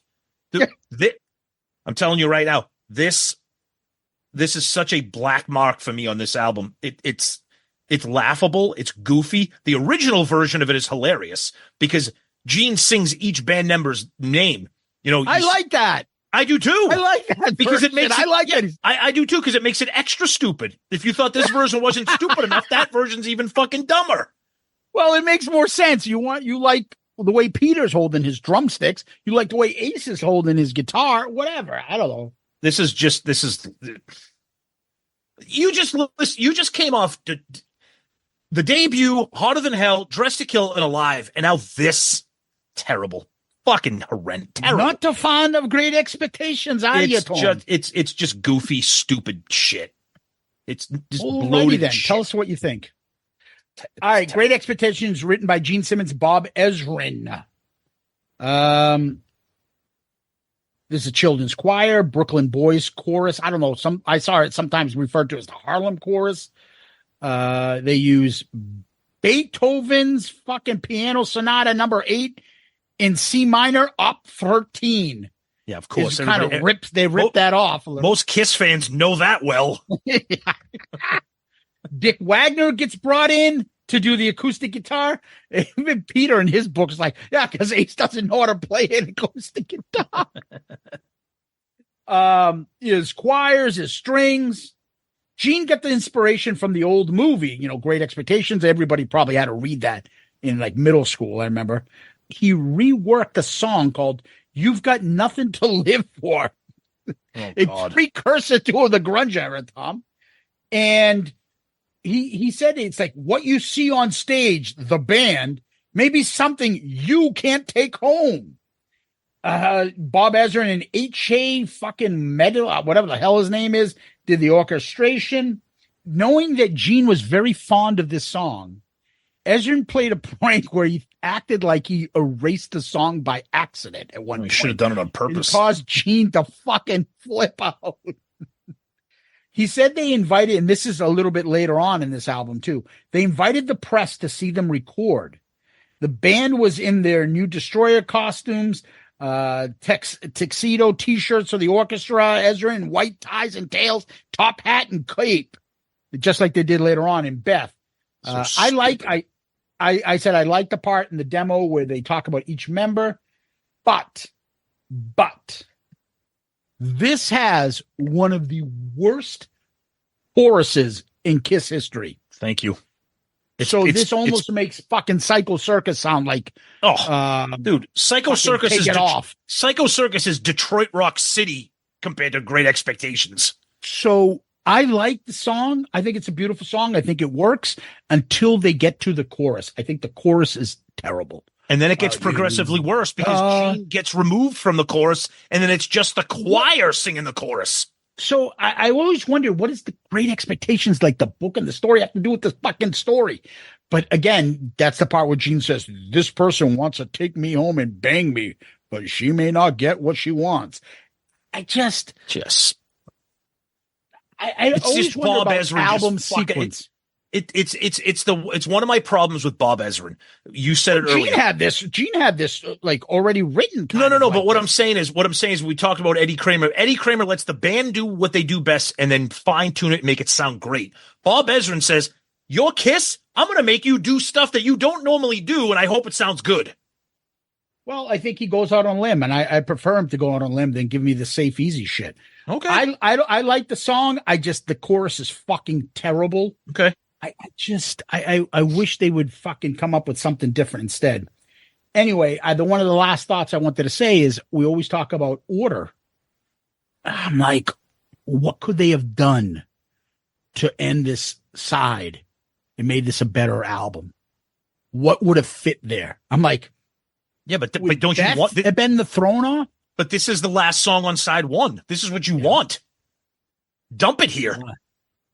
No, but I thought you would want to end like one of the best sides better. This is where you bury the shit at the end of the side. I always wondered whether Beth would make sense here instead of Great Expectations and Great Expectations on the other side. But that's just me. That's asking that's like asking if you want to be shot or stabbed. Neither one of them makes sense. Somebody's going to throw that comment back in my face later. Anyway, Tom, let's flip this over and go to the next track. Flaming Youth. Now, here's a song that I wish we heard more of. I love this song. I think it's a fucking great song. The lyrics are stupid, but it's very teenage oriented. It came out at a time when Kiss was kind of rising up in the world of going after 14, 15-year-old kids. I think it's a great song. The chorus is a little bit okay. It's okay, but again, Bob Ezrin comes in and says, hey, you know what? This song sounds really good. I'm going to take a big shit all over it by throwing a calliope in at the end when I do my famous Bob Ezrin breakdown and make it sound like Bozo the Clown is helping out with the song.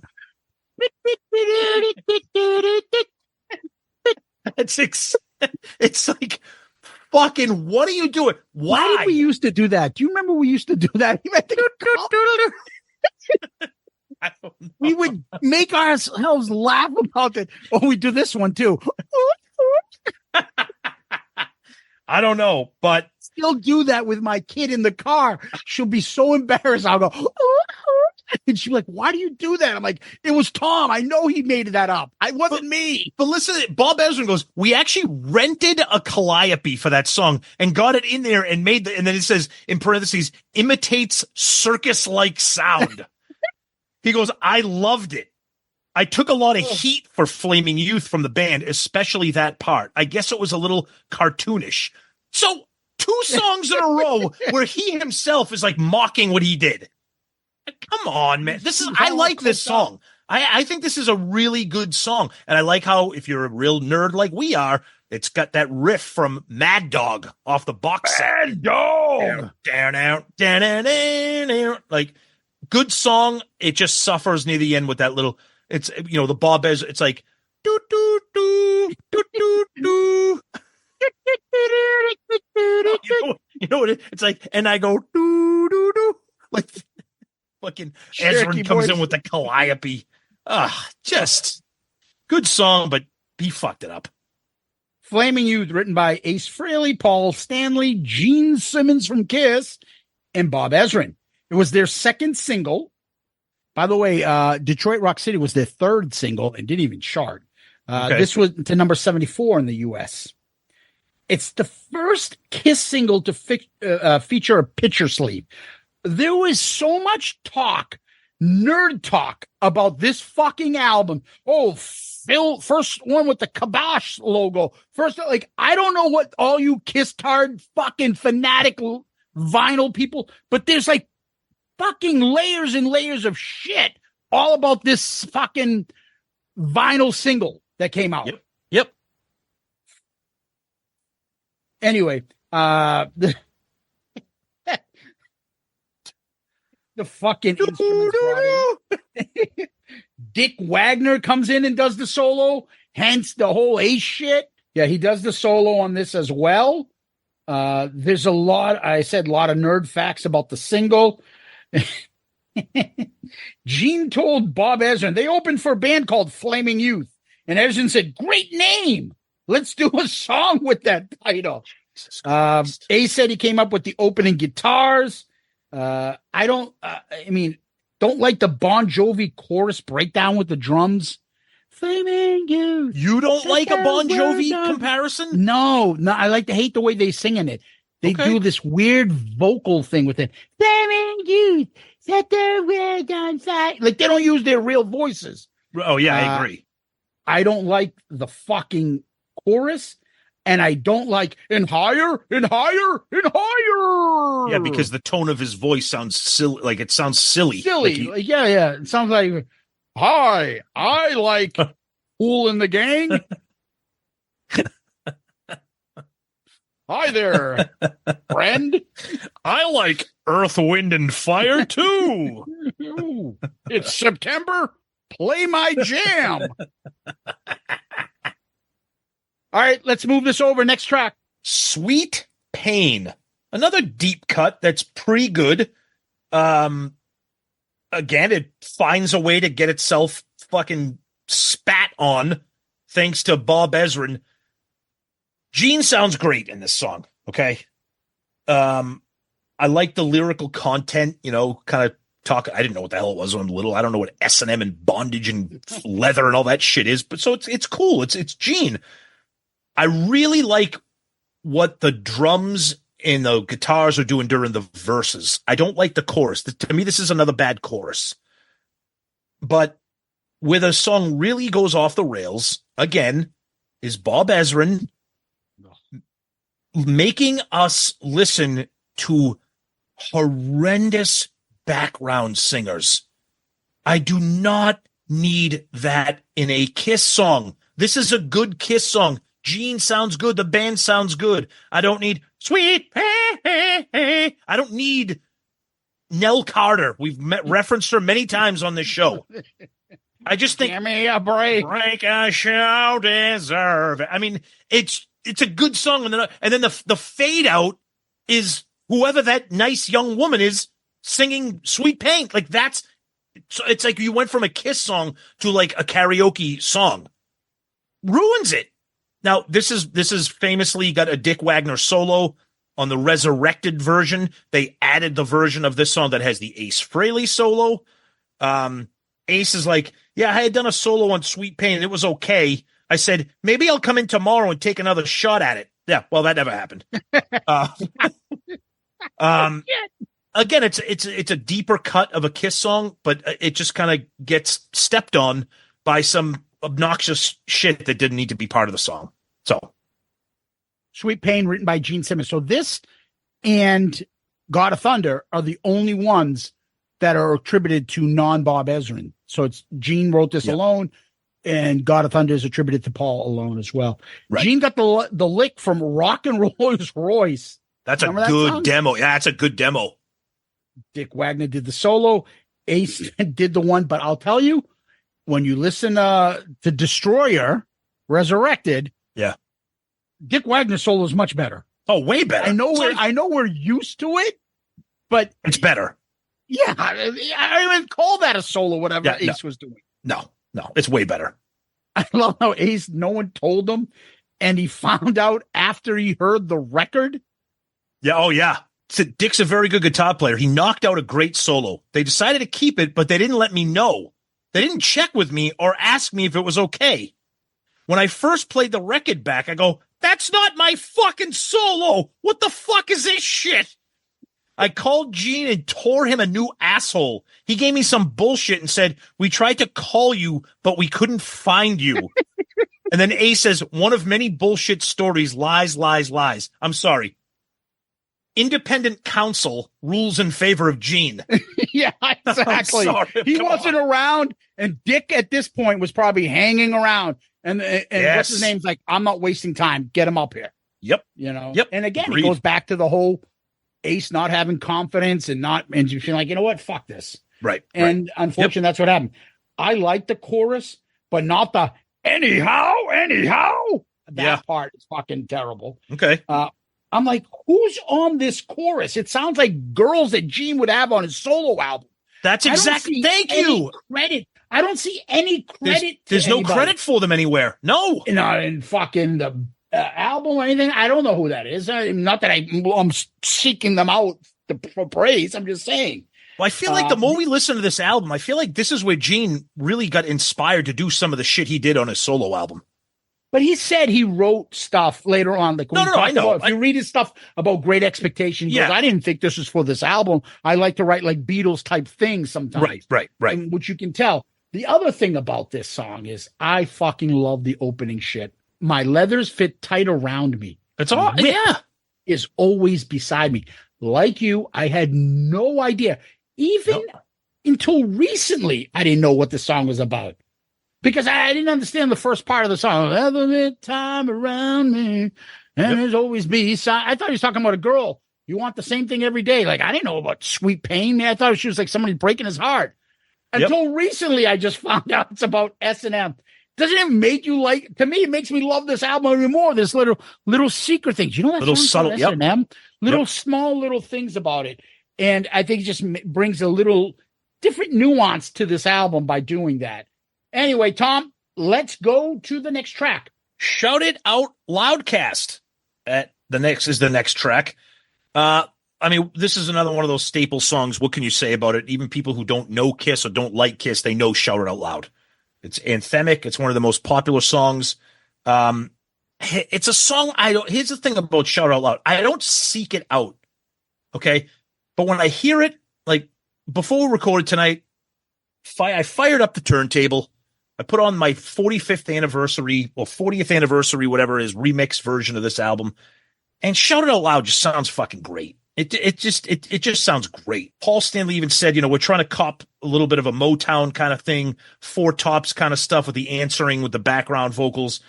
Gene says the title came from a song that Wicked Lester used to do. They used to cover a song by the Hollies called We Want to Shout It Out Loud.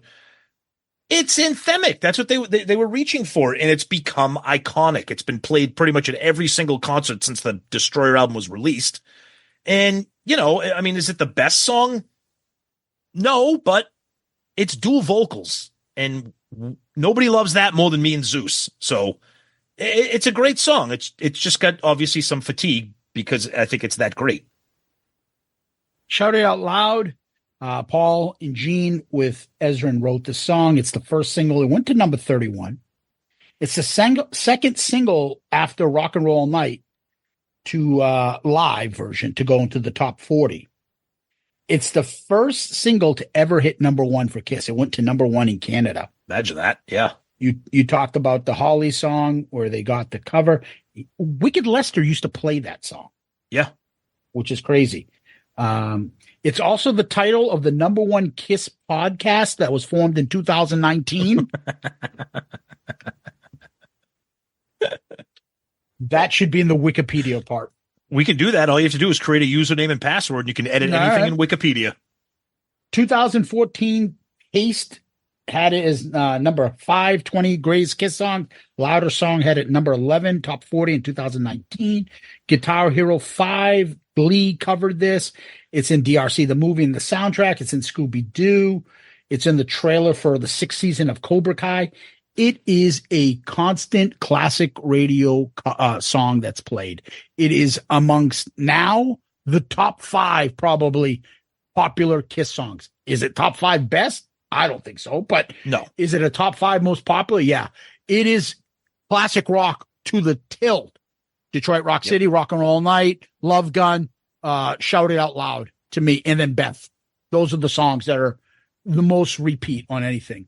Oh, yeah. Yep, definitely.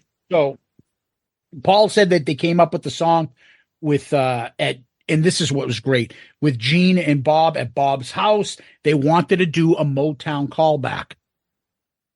Do you think you're gonna find it? Think you're gonna find it. If you think about those great 4 top songs, it's right there. Yep. Exactly. It makes sense. To me, Tom, this is what I love is I wish I can go back in time and let Bob, Paul, and Gene sit and do more songs together. Oh, me too. And I believe it's actually Ezrin that says, like, I didn't really get them. Usually they would pitch songs and they'd be like, here's my demo of this. Here's my demo. He's like, but when I got them together with me, he's like, magic happens. You know how many great songs they would have done if Bob, Gene and Paul wrote together and did the next 3 albums together in the mid 70s? How many great tunes would come out from that? Well, I mean, you brought, I'll just quickly. The other ones that. are songs that got brought in, and then the other songs are songs that were already brought in from them. They had it, and then Bob's like, "Oh, let me change it around a little bit." Right, but I'm not going to complain with the 3 of them. But I'm not going to complain about what we got with Rock and Roll Over and Love Gun. I'm not going to complain about that. Oh, I would say they would come up with better stuff. No. In my opinion.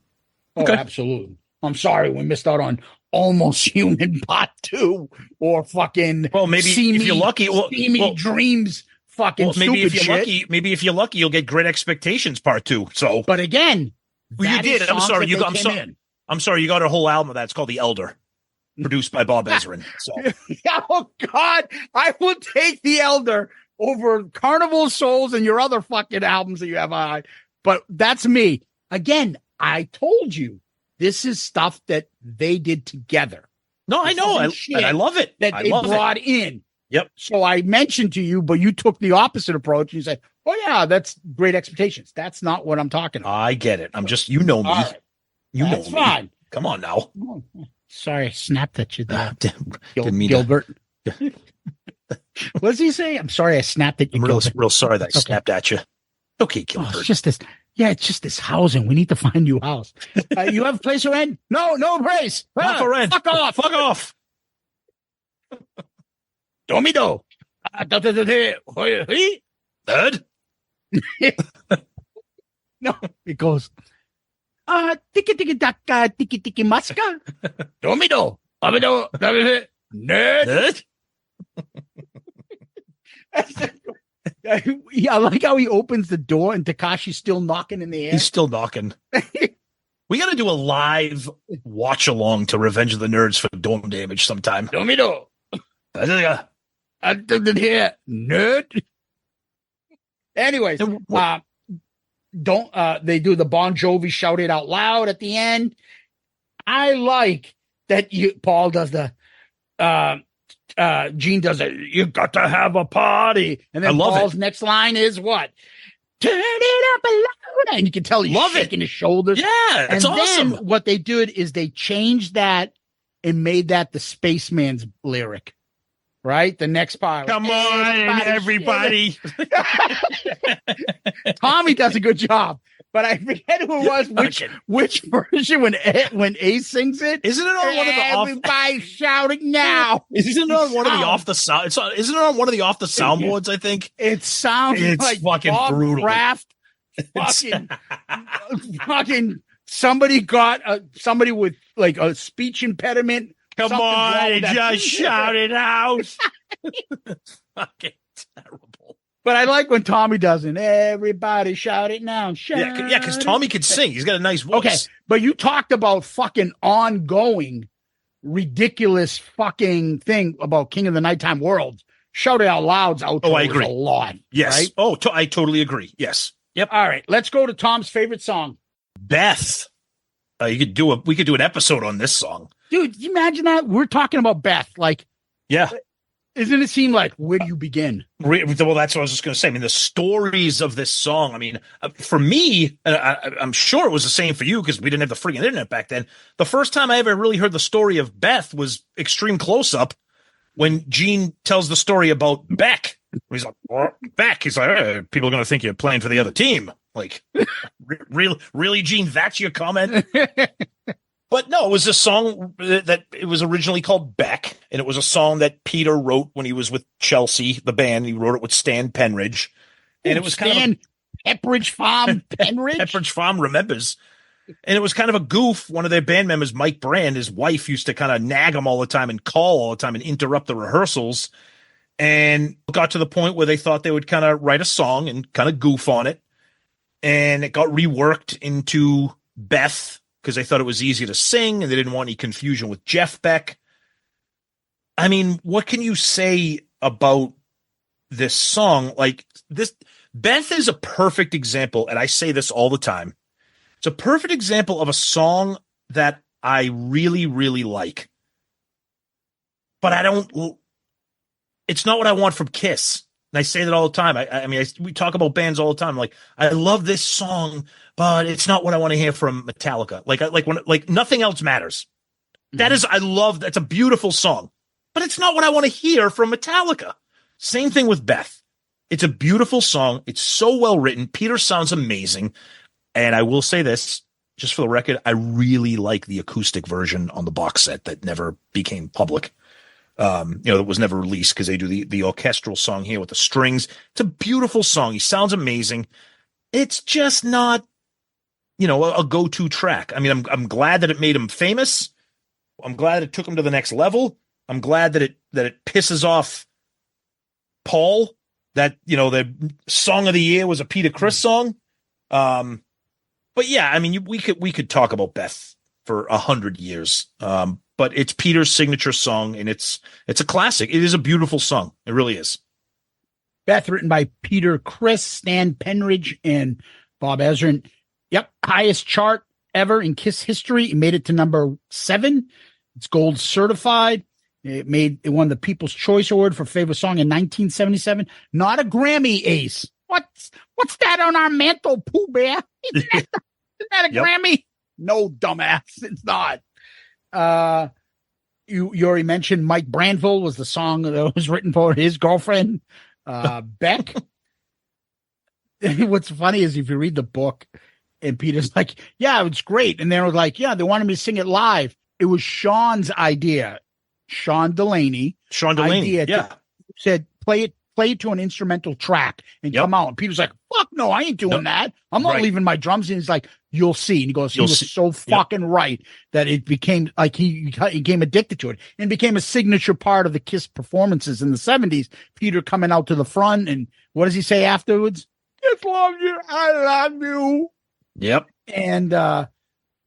But he also mentions like, yeah, because Ace can't play acoustic guitar. No, he can't. So he said the band couldn't play it and it was fucking up everything. So let's be blunt. He brought him something and Ezrin just took this song and made it into what it is. I give Peter credit. It was him and Stan Penridge, probably Stan a little bit more, but Peter believed in it. Peter sung it and hummed it in the car with Gene and Paul, and Gene encouraged him to go bring that to Ezrin and see what he can do. Ezrin just made this into what it is. Musically, the fucking piano on this is gorgeous. It's amazing. So all the musical fucking interludes going on. And what's funny is, remember in the movie Spinning Gold, they made it seem as though the band came up with the title Beth. Yes. Just to fuck with him because they were pissed. Yes. At Casablanca, head honcho there, Neil Bogart, and he was getting divorced from his wife, Beth. And he was acting like as though the band did that on purpose to fucking get at him. I never understood why they had that in the movie when nobody believes that part of the story. But I read some more stuff about that. Yeah. That he did he didn't want to push the song because he didn't like it because he was going through the divorce with his wife. The person that really helped, never mind, Sean Delaney, was, and it's beautiful, is fucking Bill Aucoin believed in Peter and kept saying in the beginning, that song's a hit. You should be releasing. He said the band would laugh at him. The band was like, fuck no, this and that. And he goes, but I really believe that song was a hit. I fucking adore him for that he believed in agree. Peter, and he didn't need to. The easy way would be to agree with Gene and Paul, but he believed in it, and he fucking was so right and so proud and happy for Peter that he became a hit. God bless him, man. God bless him. Yeah, I agree. Gene and Paul were so negative about the song. Oh, so yeah. when Bob was having, it pisses me off. I agree. When Me Peter too. was trying to sing it, they were staring at him, like looking at him, like, what the fuck? Yep. And he's like, I can't do it with these two guys. And I love that Ezrin took control and goes, get the fuck out of here. Like, nobody else is doing that nowadays. Well, I was just going to say, imagine if Neil Bogart, who produced Dress to Kill, was producing this. He would have had no control over this, and he would have. None of this would happen. None of this would have happened. Everson's going to tell Paul and Gene to get the fuck out. Exactly. That ain't fucking happening. Yep. So I love that. And Peter was like, it took me 5 takes, but we got it. If you read Paul's books, and if you read Behind the Mask, you read about it. Paul is such a negative fuck about this song. Yeah, fucking Bob did everything about it. Bob wrote this stuff. Peter can't sing, and Gene, Peter can't carry a tune. Peter can't. Dude, go fuck yourselves. Why do you have to be such a dick to the guy? What song does Peter sing that people are like, oh, that's terrible? That song, the vocals on that are horrible. Name me one. People love Black Diamond, love Nothing to Lose. They love fucking Beth. Why are you such a dick? Like, I don't get it, how that helps you. You have such a personal fucking small pettiness in you that you have to shit on this guy's, like, legacy and career in the band. You're such a fucking dick about it. Well, he's such a dick about it, but it's probably another reason, too. Paul's in the back of his mind. Paul's like, I've been busting my ass. I've been focusing and doing what Bob Ezrin says. You're out fucking getting drunk and high and being lazy and fucking around, and you got the song of the year off a song that no one wanted off this album. It's like Marsha. Yeah, you got a bigger hit than I ever got in Kiss. Yeah. And he's lived off of it, and he believes his own pressings. Go fuck yourself. If you wrote one hit, why can't you write a second? I don't know. Name that to the millions of artists that have had one hits that never fucking did more. Go fuck yourself. Which is why I always say that Paul gave Peter, I finally found my way as a fuck you. You want to sing another ballad? Sing this steaming pile of shit. Yeah, it pisses me off. They performed this like Great Expectations Orchestra, wearing the outfits, and Bob wearing his fucking goofy outfits and shit. Yep. I just think the piano's so beautiful on this. It's great. Beautiful. It's a beautiful song. Of course. Wagner is on the acoustic guitar, the orchestra, and H.A. Macmillan's doing the orchestra with Ezrin. I love the second verse of this song. It always gives me goosebumps when he's like, our house just ain't a home. And then there's a little, or our house just ain't a home. And then there's that lowering of the piano fill that comes in. And I'm always somewhere else, and you're always there alone. Just so beautiful. He fucking nails it. The piano solo that comes in with the orchestra and finally ends with the horns. Oh, that's so beautiful. I love that part. Done. I love that part. And then finally the low piano and Peter's vocals ending. Then Kiss Loves You. Eric Singer destroys this version when he. Oh, it's so bad. It's like everybody singing. Okay, is it like if you didn't know the song, you just heard him singing at a bar? You're like, okay. Yeah. But compared to Peter, there's no feel in it. You can't explain it. It's just bland and it's not needed. It had no purpose to being out there. Yep. Okay. Other than being like, yeah, this is our song now. Fuck off. The other part, the Eric Carr version. Okay. But do we need it? Right. No. I agree. This is the ultimate version. I like that you like the acoustic version. It's not, that doesn't work for me. It's just different. It's just different. Yeah. It's just the same as Black Diamond. Without Peter, I don't need to hear it at a Kiss concert. Without Peter, I don't need to hear Beth at a Kiss concert. It makes no sense. It's a wasted fucking thing. So this is one of the rare songs where who sings it fucking matters. And I don't need it. I know that sounds extremely obvious. Well, yeah, of course. Like, I don't need somebody else singing Detroit Rock City. But Beth is such a specific type of song. I don't need to hear Eric Singer do it because it sounds like shit. I'm sorry. It's just not good. There's no This is a point to Peter it. song. This is a Peter song. And when he sings it, it just has a different feel. I would hear Peter sing it. If Kiss was performing with Peter, I would hear him sing it, Yes. and I would enjoy it. I don't Yep. enjoy it. There's no purpose of it. Anyway, Yep. let's end on the last song here, buddy. Do You Love Me? What a way to end a fucking album. I have some pretty vivid memories of this song, but not off of Destroyer. I got double platinum. I still have the original 1978 vinyl that I got for Christmas one year. And as I said at the beginning of the episode, I heard all these Destroyer songs off of double platinum. And at the time, when I was really young, I still am now, but when I was really young, I was obsessed with drums. Okay. I was obsessed with the drums. I always wanted a drum set, whatever. When I heard "Do You," even now, 51 years old, when I hear the beginning of "Do You Love Me," I get so to me, it's the greatest intro to any song ever because the drums sound perfect. They don't sound super ridiculous like "I Love It Loud" or anything like that. They just sound like nice, tight tuned drums, bass, snare, cymbal. And to me, this is one of the most ultimate, consummate Paul Stanley songs. Because there's a little bit of vulnerability here. You know, you really like My Limousine. You like the way the wheels roll. But do you love me? You like the credit cards. But do you love me? But he still sounds badass. He doesn't sound wimpy and whiny until they stop bringing in those bells near the end of the song. He's like, but I really want to know, do you really, really love me? So come on. But I love it. Fucking love this song. I've loved it since day one. It didn't sound great live, probably because we heard it when we heard it. But I just think it's a wonderful song. Kim Fowley again is involved in the songwriting here as he was with King of the Nighttime World. But I love this song. Interesting that this is how the album ends, but I've always loved it.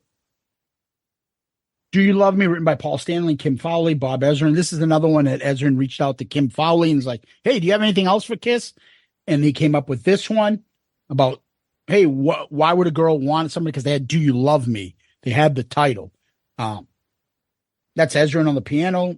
Peter calls the intro my Ringo Starr drumming. I don't know. I don't listen to Beatles stuff to pick that out, but he says that. Paul says it's a lot like Mott the Hoople stuff that he likes. And we also know that Nirvana covered this song in a kind of a goof anyway on that tribute album. I think it's such a cool rock and roll type song. I remember when I got back into Kiss, hearing this song, I was like, oh, I know this song. Like I'm talking about when I was in middle school and I'm thinking back as a kid, the drums in this song are so familiar. You can't mistake it. I remembered hearing this song and My Limousine. The lyrics on this about as iconic of a Kiss song lyric that you're ever going to find. It's one of the greatest. It's one of the greatest opening lyrics to a Kiss song ever. And I love how he says, you really like my 7-inch. Yeah, the way he phrases that. And My there's a 7-inch. And there's a pause before he says leather heel. Oh, just magnificent. But this is a song, if he doesn't sing it and he has the crowd sing it, could do the whole song easily. Oh, God, yeah. Although he may not be considered one of the favorites, top 5 famous, anything like that, I bet you that's a top 5 song that the crowd would sing with him. The way that Bob Ezrin produced these drums at the beginning, it's oh my God. I remember having double platinum and I was a little kid and I just kept playing Do You Love Me over and over and over again. Fucking love. I've always loved this song. So one of the things I mentioned earlier was how I thought Paul was the ultimate star child on King of the Nighttime World. He ends the same way. I agree. Great He call. sounds like just the confidence in his vocals and the delivery. It just, the chorus works. Which is funny because we said it too. He sounds confident, but the lyrics are like showing like a kind of like a vulnerability side. It's like, do you love me? Like I'm fucking Paul Stanley, but do you love me? Yeah, you know, I get that. Like he's still the man. He's still the king of the nighttime world, but he just wants to make sure this chick loves me, which at the time Paul Stanley could give 2 fucks if anybody loved him. He just wanted to bang him in his limo. Yeah, no, I You know? agree with you. As I was saying, the chorus is fucking fantastic, and it shouldn't be because it's pretty basic, but he makes it work. Yeah. Every verb, every fucking vowel, every consonant is pronounced in exactly the right way. Yep. And I know that is a form, I don't know because I'm not a singer, of how like certain singers can accent words and deliver a sound better than others can. Sinatra was known for that shit way back when all those crooners were doing it. Why is he better than anybody else? What made him different? His pronunciation, his phrasing, all that shit made a difference in him. And I just love the way Paul does that with this set. I like the box set version of this on Destroyer, where it's just the music. Because when I played it in the car, I could sing this. I could do this without the fucking lyrics. Dude, that is such a great point. I've never done karaoke. Could you sing that? Yeah, neither have I. So I've never done karaoke in my life because I'm not a fucking idiot. Sorry, all you karaoke people out there. This is a song. I don't even know if I would need the music to do this. Yeah. But if you play this song, I wouldn't even need any visual cues in front of me at all. Yeah. I'm telling you, if you say the fucking opening line to any Kiss fan, you really like, They could just finish it. Top five fucking immediate, know exactly where you're going. Yep. The bridge with the megaphone vocals, I think that works. Your backstage pass in black sunglasses. I like that. I do like that. Yes. I think it works. Now, one of the things I really enjoy, and I don't know if you were saying that you don't, but you mentioned a point. You didn't like the way Paul's vocal sounded on it. I love the bells coming in. I feel like it's almost like Christmassy. Like, it reminds me so much of The End of the Road. Okay. When they play that part and the bells come in, I think the confetti would come down. I don't remember. And then in the background is the picture of the band, and they're in like Cadillac, Michigan. They're in the car in jeans on the convertible. Oh, yeah. And this is when the bells were going off, and this is the image on the screen, and it's so nostalgic. And then confetti's coming down, because remember when they ended with "Do You Love Me," they went right into "Rock and Roll Night," and then more confetti just went nuts. Yeah. So every time I hear the bells, I think of that nostalgic feeling I have from The End of the Road. I don't mind it. Yeah, I don't mind it. Montage and the band and Gene in the Cadillac doing those poses. Yep. Oh, it just fucking gets me. Yep. All right. That's the last song. Yeah, we're not doing Rock and Roll Party, people. Okay, certain versions of this, whether you like on streaming, Rock and Roll Party is just a sound effect thing that has some audio fucked around. It was actually a hidden track on the original vinyl, and it's Paul from a live saying we're gonna have a rock and roll party, but the audio is just fucked up. It's just like some sound effect shit. We're not getting into that because it's not an actual track. So in case anybody says "Where's track 10?" So we just covered Destroyer. Final thoughts. Okay. So to me, I said it earlier, this to me is Kiss's Zeppelin 4. And what I mean by that is it's the album that everybody points to as like the band's masterpiece, their greatest album. But I think both albums have a lot in common. And I think both albums are very, very lopsidedly top heavy. And a lot of people, because of that, forget about the dead weight. So Zeppelin 4, for me personally, got stuff like Battle of Evermore, Four Sticks, songs that I just think are kind of dead weight on the album. But it's got Stairway to Heaven, and it's got Going to California, and When the Levee Breaks, and Black Dog. Destroyer, for me personally, has Great Expectations. It's got Beth, but it's got Detroit Rock City and God of Thunder and Shout It Out Loud. So it's interesting because I was thinking this when I was listening. Like, Bob Ezrin, to me, has produced the two most uneven, lopsided albums in their catalog: Destroyer and The Elder. The Elder has unbelievable songs like The Oath and I and Dark Light, but then it's got all that garbage that you struggle to listen to get through the album.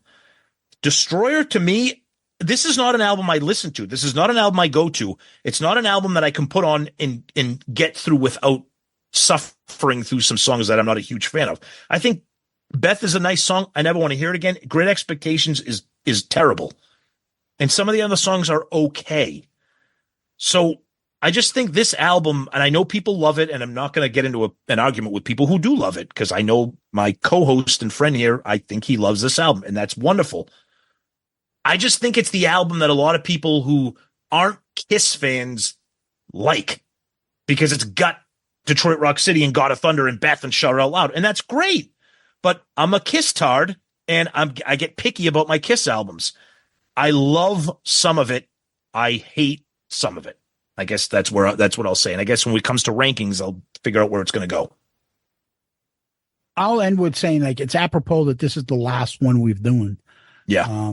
Did we save the best for last? You'll see in the rankings. But this album is everything you would think of when you think of iconic.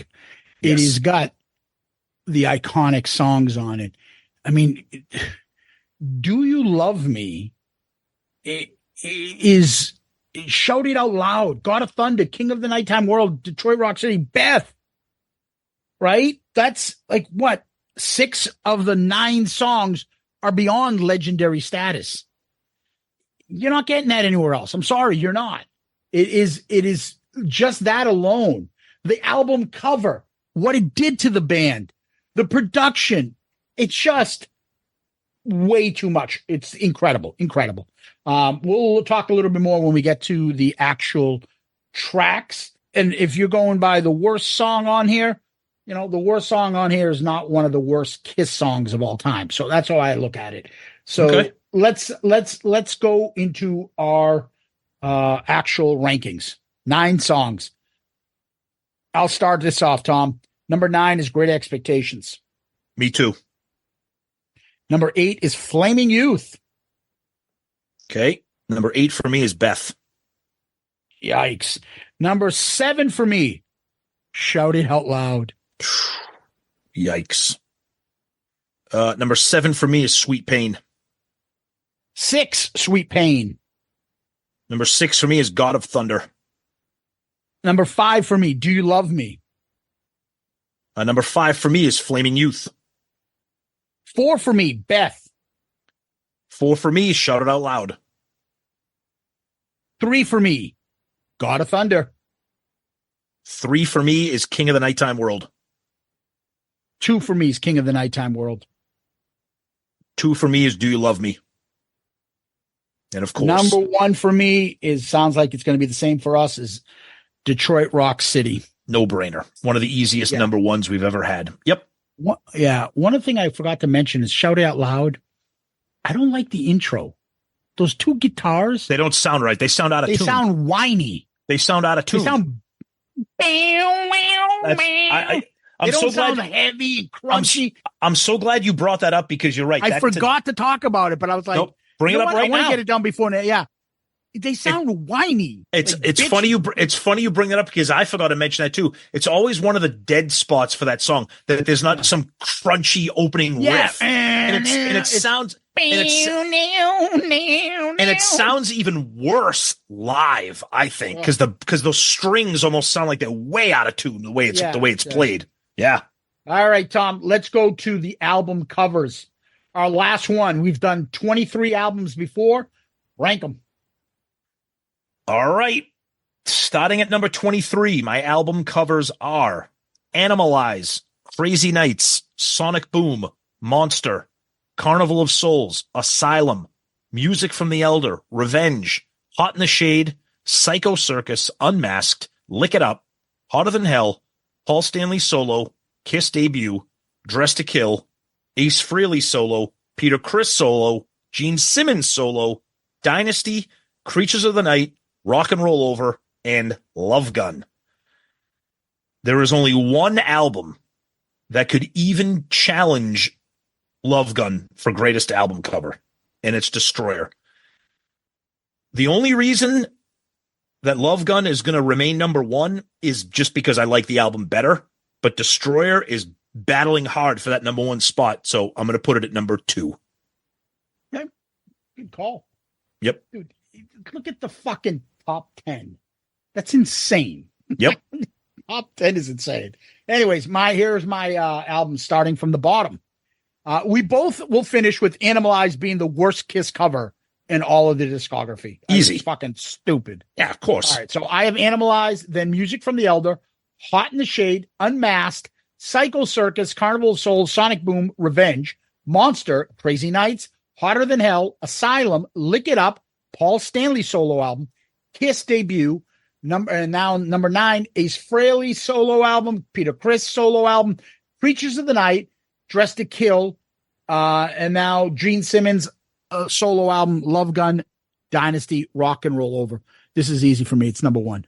I'm not gonna. It's the best fucking cover for me. It's not even close. It's not even. Yeah, I agree. Yeah, it's right there. And I'm telling you, one other thing is that dark, ominous, the red behind it, and Peter, I think, is the Peter looks incredible. Yep, fucking member in all of the costumes and everything. I think Peter just fucking kills it. Yep. Anyways, now we're gonna get to the best part. The albums themselves, Tom. Oh, here comes. Last time we're doing this. Here it comes. Here it comes.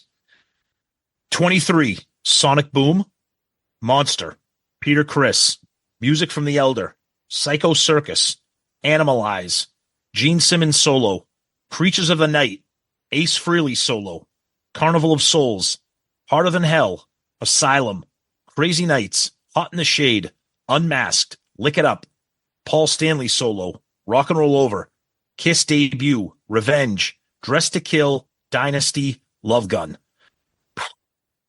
This is where it gets ugly. As Paul Stanley would say, this is where it gets rough. Yeah, this is not an album that I go to, and it's not a playthrough for me. It's got some problems that, it's top heavy, as I said earlier. But it's going to make my top 10. I'm putting it at number 9. Ugh! Yeah, I'm putting it at number 9. I wrote right here. What did you write? In his top 10. Yeah. It almost my prediction. Well, I was going back and forth, but I'm like, I can't have Unmasked and Hot in the Shade, which 2 albums I love personally, but I can't live with myself having those ranked ahead of Destroyer. I can't. So it's going to be number 9. It's going to be right below Lick It Up and right above Unmasked. Okay. All right, now, here are mine. Just do me a favor. Ring the fucking bell. Here are mine from the bottom up. Carnival of Souls, Monster, Unmasked, Gene Simmons, Psycho Circus, Animalize, Asylum, Sonic Boom, Ace Frehley, Music from the Elder, Hot in the Shade, Peter Criss solo album, Crazy Nights, Dressed to Kill. That's my top 10 starting to get in. Hotter Than Hell, Paul Stanley, Love Gun, Revenge. Now top 5, Kiss, debut. Creatures of the Night, Dynasty, Rock and Roll Over, Lick It Up. Number 1 is Destroyer. It's not even fucking It's the fucking easiest. There is no easier prediction in the history of predictions. Yeah. The worst song on here is Great Expectations. And then I look at other albums. And this is the problem I have with a lot of Kiss albums. Very hard. The only one I would probably say is Dynasty has the worst song. Okay. Dynasty is one of the only few albums I can play all the way through. It's just its best songs. They don't have as many classics as Destroyer, but I think Dynasty has the best worst song on the album. So here's another thing that we didn't bring up, which kind of penalizes Destroyer for me because it's uneven. There's only 9 songs on it. Yep. Okay. Like if you had thrown 1 or 2 more, so like if Paul Stanley suffers that, right? Because that you touch me fucking below me shit, right. One of 9 songs, and exactly, and that's right. I mean, look, the other thing too, and this probably isn't fair to judge it, but it's my personal business here. All of these songs have been beaten into the ground. For me, there's such severe fatigue factor, which shouldn't be considered because fatigue means that they're good and they're played, but they're on every compilation. They're on every live album. They're played in every concert that we've ever seen. You can't escape these songs, which, okay, it's good and bad, but it's just, I mean, as much as I like Shout It Out Loud, do I ever need to hear it ever again? Probably not. Okay. So I would take the opposite approach. Okay. I would say Destroyer is so fucking good Yep. that the only song that maybe is fatigued for me Beth. is Shout It Out Loud. Oh, okay. We both said the same song. Yeah. That's probably it. Yeah. I am not fatigued at all. If I hear Beth, the regular studio version or Peter Criss version, I'm not fatigued at all. Any version of Detroit Rock City, I'm not. What I love about Detroit Rock City is like, I'm always interested if it's a live version, who's playing it? Yeah. Is it an 80s band? Oh, yeah. Is it Yeah, Vinny? yeah. Is it Vinny playing it? Yeah. They're all fucking unique. So I never Yeah. get sick of that. Love Gun? I don't want to fucking ever hear it. There's Really? no nuances. No, I'm so tired of it. There are other songs like that too. Okay. Okay. But again, to me, I just think this is about as good as it gets. Destroyer. Okay. I'm glad this is the way we finished up our album yeah. reviews on this show. And that's Destroyer, people. And I would like to say only 9 songs. Maybe I'm wrong. This has got to be our longest album review episode because there's so much to talk about. So much to talk about. Could be. But yeah. I mean, we started at 7. It's 9:49. Yeah, exactly. The rest. Nope. All right, Tom, let's finish up with question of the week. Okay. This comes from Frank. Simple question. Boys. Frankly, he's got a question. Frankly, I have a question. Boys, you've talked about it before. It's been almost a year since Kiss finished their touring and Pop House bought the brand. Why haven't we gotten an end of the road album, and are we going to get one in your opinion? Yes, it's on its way. It's part of the documentary, I bet you. I think it all get released maybe together. Okay. So I want to say yes for 2 reasons. A, it seems like it's common sense to have a live recording available for the final show that you ever did. And Kiss loves live albums and they haven't had one in a while. But I keep coming back to the same thing we talk about every week. What the fuck is taking you so long? It doesn't take that long to release a live album. This band is going to be other than Kiss podcast and Kiss Tards, no one is talking about this fucking band right now. Nobody. Us and Ultimate Classic Rock are the only people who talk about Kiss. And Bruce. That's it. So hey guys. I don't know what they're doing, but do I think it's coming? Yes, I do. I just don't know when, and I don't know what they're going to do with it. Maybe they're working on an end of the road box set, right? Maybe. Well, I don't know. Maybe the problem is that every song is going to sound the same if you hear them live. If you have different versions from different. This is our Cincinnati show in 2020, or here's our fucking Tampa show in 2021. Right. It's the same song. It's true, and it's a good point. I don't know. Interesting question. That's a discussion that we would like to have and have the live album in our lap so we don't have to answer questions like that. But thank you anyways. Appreciate it. Tom, where can people find us? Our website's the best place to go, shoutoutloudcast.com. That's where you can find all of our episodes, our Shout It Out Loudcast, Dome Damage, Album Review Crew, Zeppelin Chronicles. Yes, Zeppelin is alive. Fear not, my Zeptards. And you can also click on all of our links there for our Amazon shopping, our Shout Out Loudcast merch. All of our social media links are there too. Twitter, Facebook, Instagram, YouTube, TikTok, Threads. Everything is there. And you can also send us messages via the website, which we receive in the form of an email. Please, we love to do that. If you want your question of the week read, like we just read that one, we do one every week. Please get in touch with us. You can use our website. You can use our social media. We prefer email. It's the easiest way to keep track of them. So if you want to do that, you can. It's shoutitoutloudcast@gmail.com. So please do that. Join our Shout It Out Loudcasters Facebook group. We're approaching 13,000 members, and it's a ton of fun there. So please join in there and be part of the show. And of course, we always like to say we're a proud member of the Pantheon Podcast Network of shows. Yeah, people can DM us on Facebook, Twitter, Instagram, Threads, TikTok, motherfucker. Please make sure you check out our Spotify playlist and subscribe to our YouTube channel. It's a big help. Give us one of those 5-star child reviews on Apple Podcasts, Spotify. Give us a 5-star review on our Amazon about our book, Raise Your Glasses. which you can read all about and follow along with this episode by all the comments in Raise Your Glasses about all the songs off Destroyer. Please do that. It's out there. Please purchase it. And the holidays are coming up. Makes a great gift for your favorite Kiss tard out there. So make sure you do that. And you can always email us at shoutoutloudcast@gmail.com, shoutoutloudcast@gmail.com, and go to our website and find everything you want to find out about Shout Out Loudcast, whether it's join our Patreon and buy Kisses, the book we did, Raise Your Glasses, look at our rankings, look at where we ranked all these albums now that we're done with them. Go take a look right on our website. It's awesome. It's a lot of fun. Shoutoutloudcast.com, shoutoutloudcast.com. Now, Tom, I wanted to end on, since this is our 300th episode, I wanted to end with this little funny thing that we did not too long ago. Okay. 100 episodes. It's a milestone. We've tried to build up a good community, a bunch of Loudcasters. And who are we after 300 episodes? Who's our community? What's about it? Right. So I went into ChatGPT and I asked it a bunch of questions. Fucking dude, I could do this all day. It's amazing. And Tom and I have some good private ones. Dude, it gets addicting. One of these things that came up is, and I'm like, oh, shit, where the fuck did they come up with this? Is asking ChatGPT about Shouting Out Loudcast, the podcast. They write about us.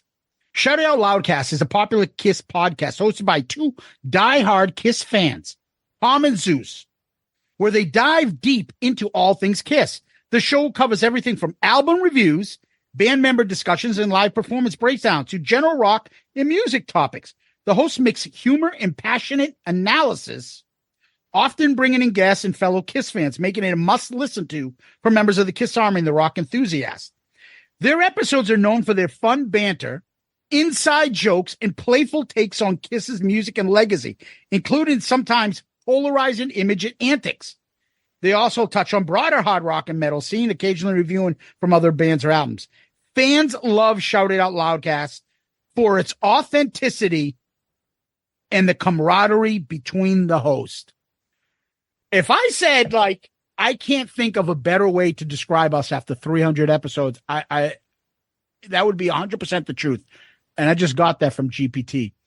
And that comes not from me and you just saying this. That comes from the comments and the reviews and our social media accounts and all that.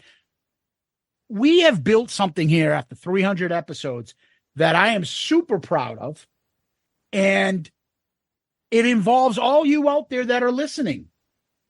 We have started this where it's just Tom and I giggling that we got 10 people to download our first episode, to writing a Kiss book that becomes the #1 rock book on Amazon, to having Kiss members on this show, to having musicians and other people enjoying our fucking podcast and becoming friends with them. It has a fucking Loudcast group community out there that have become personal friends of all of ours through good times, bad times, tragedies. This show has been that incredible.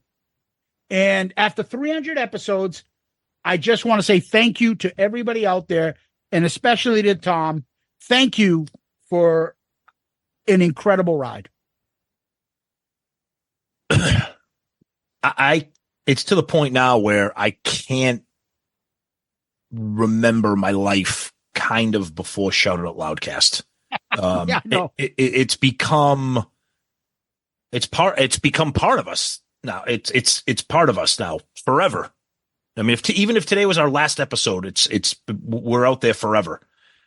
And to think that in the same year that we hit episode 300 is the same year that we finally publish our first Kiss book, when we talked about it 2 years ago, is just, it's very overwhelming. When you started out as friends for over 30 years in a funny conversation about Kiss and let's do a podcast. Okay, let's do it. What do we do? I don't know. Let's figure it out. And the friends that we've made through this, the community of friends, the celebrity friends, the band members, it's a really, gratitude is an overused word, but it's really something that's really hard to express about what you all mean to us, to be able to push us through to continue to do this every week. And we love every second of it. And we love that you love it. And what a great way to celebrate 300, our final album review with a classic. And it's just, I can't express any more gratitude to my friend and partner here. And it's a very special thing for us. So, not to get corny, but we always end on famous last words. You got any? Oh, I always do. You really like rock and roll, all of the fame and the masquerade. You like the concerts and studios and all the money, honey, that I make. But Dun, dun. Anyway, 12 o'clock, I got a rock. There's a truck ahead, lights staring at my eyes. Oh my God, no time to turn. I got to laugh because I know I'm going to die. Tom, Kiss Army, Loudcasters, for the 300th time. Thank you. guys, you're the best. That's all we can say. Eternally grateful, and just you guys are the best. And like Zeus said it perfectly, for the 300th time, thank you. It's Zeus, as always, my friend. Thank you. Peace out, Girl Scout. Hit the music. What I'd like now is for all you fat, out of shape, worldwide kiss-tards to keep the noise down while I show your ladies what a real sexy man looks like. Listen, all you people out there sitting on rented furniture, settle down. Cut the music. Anybody seen Richie? Anybody know why Richie did Bobby Lupo?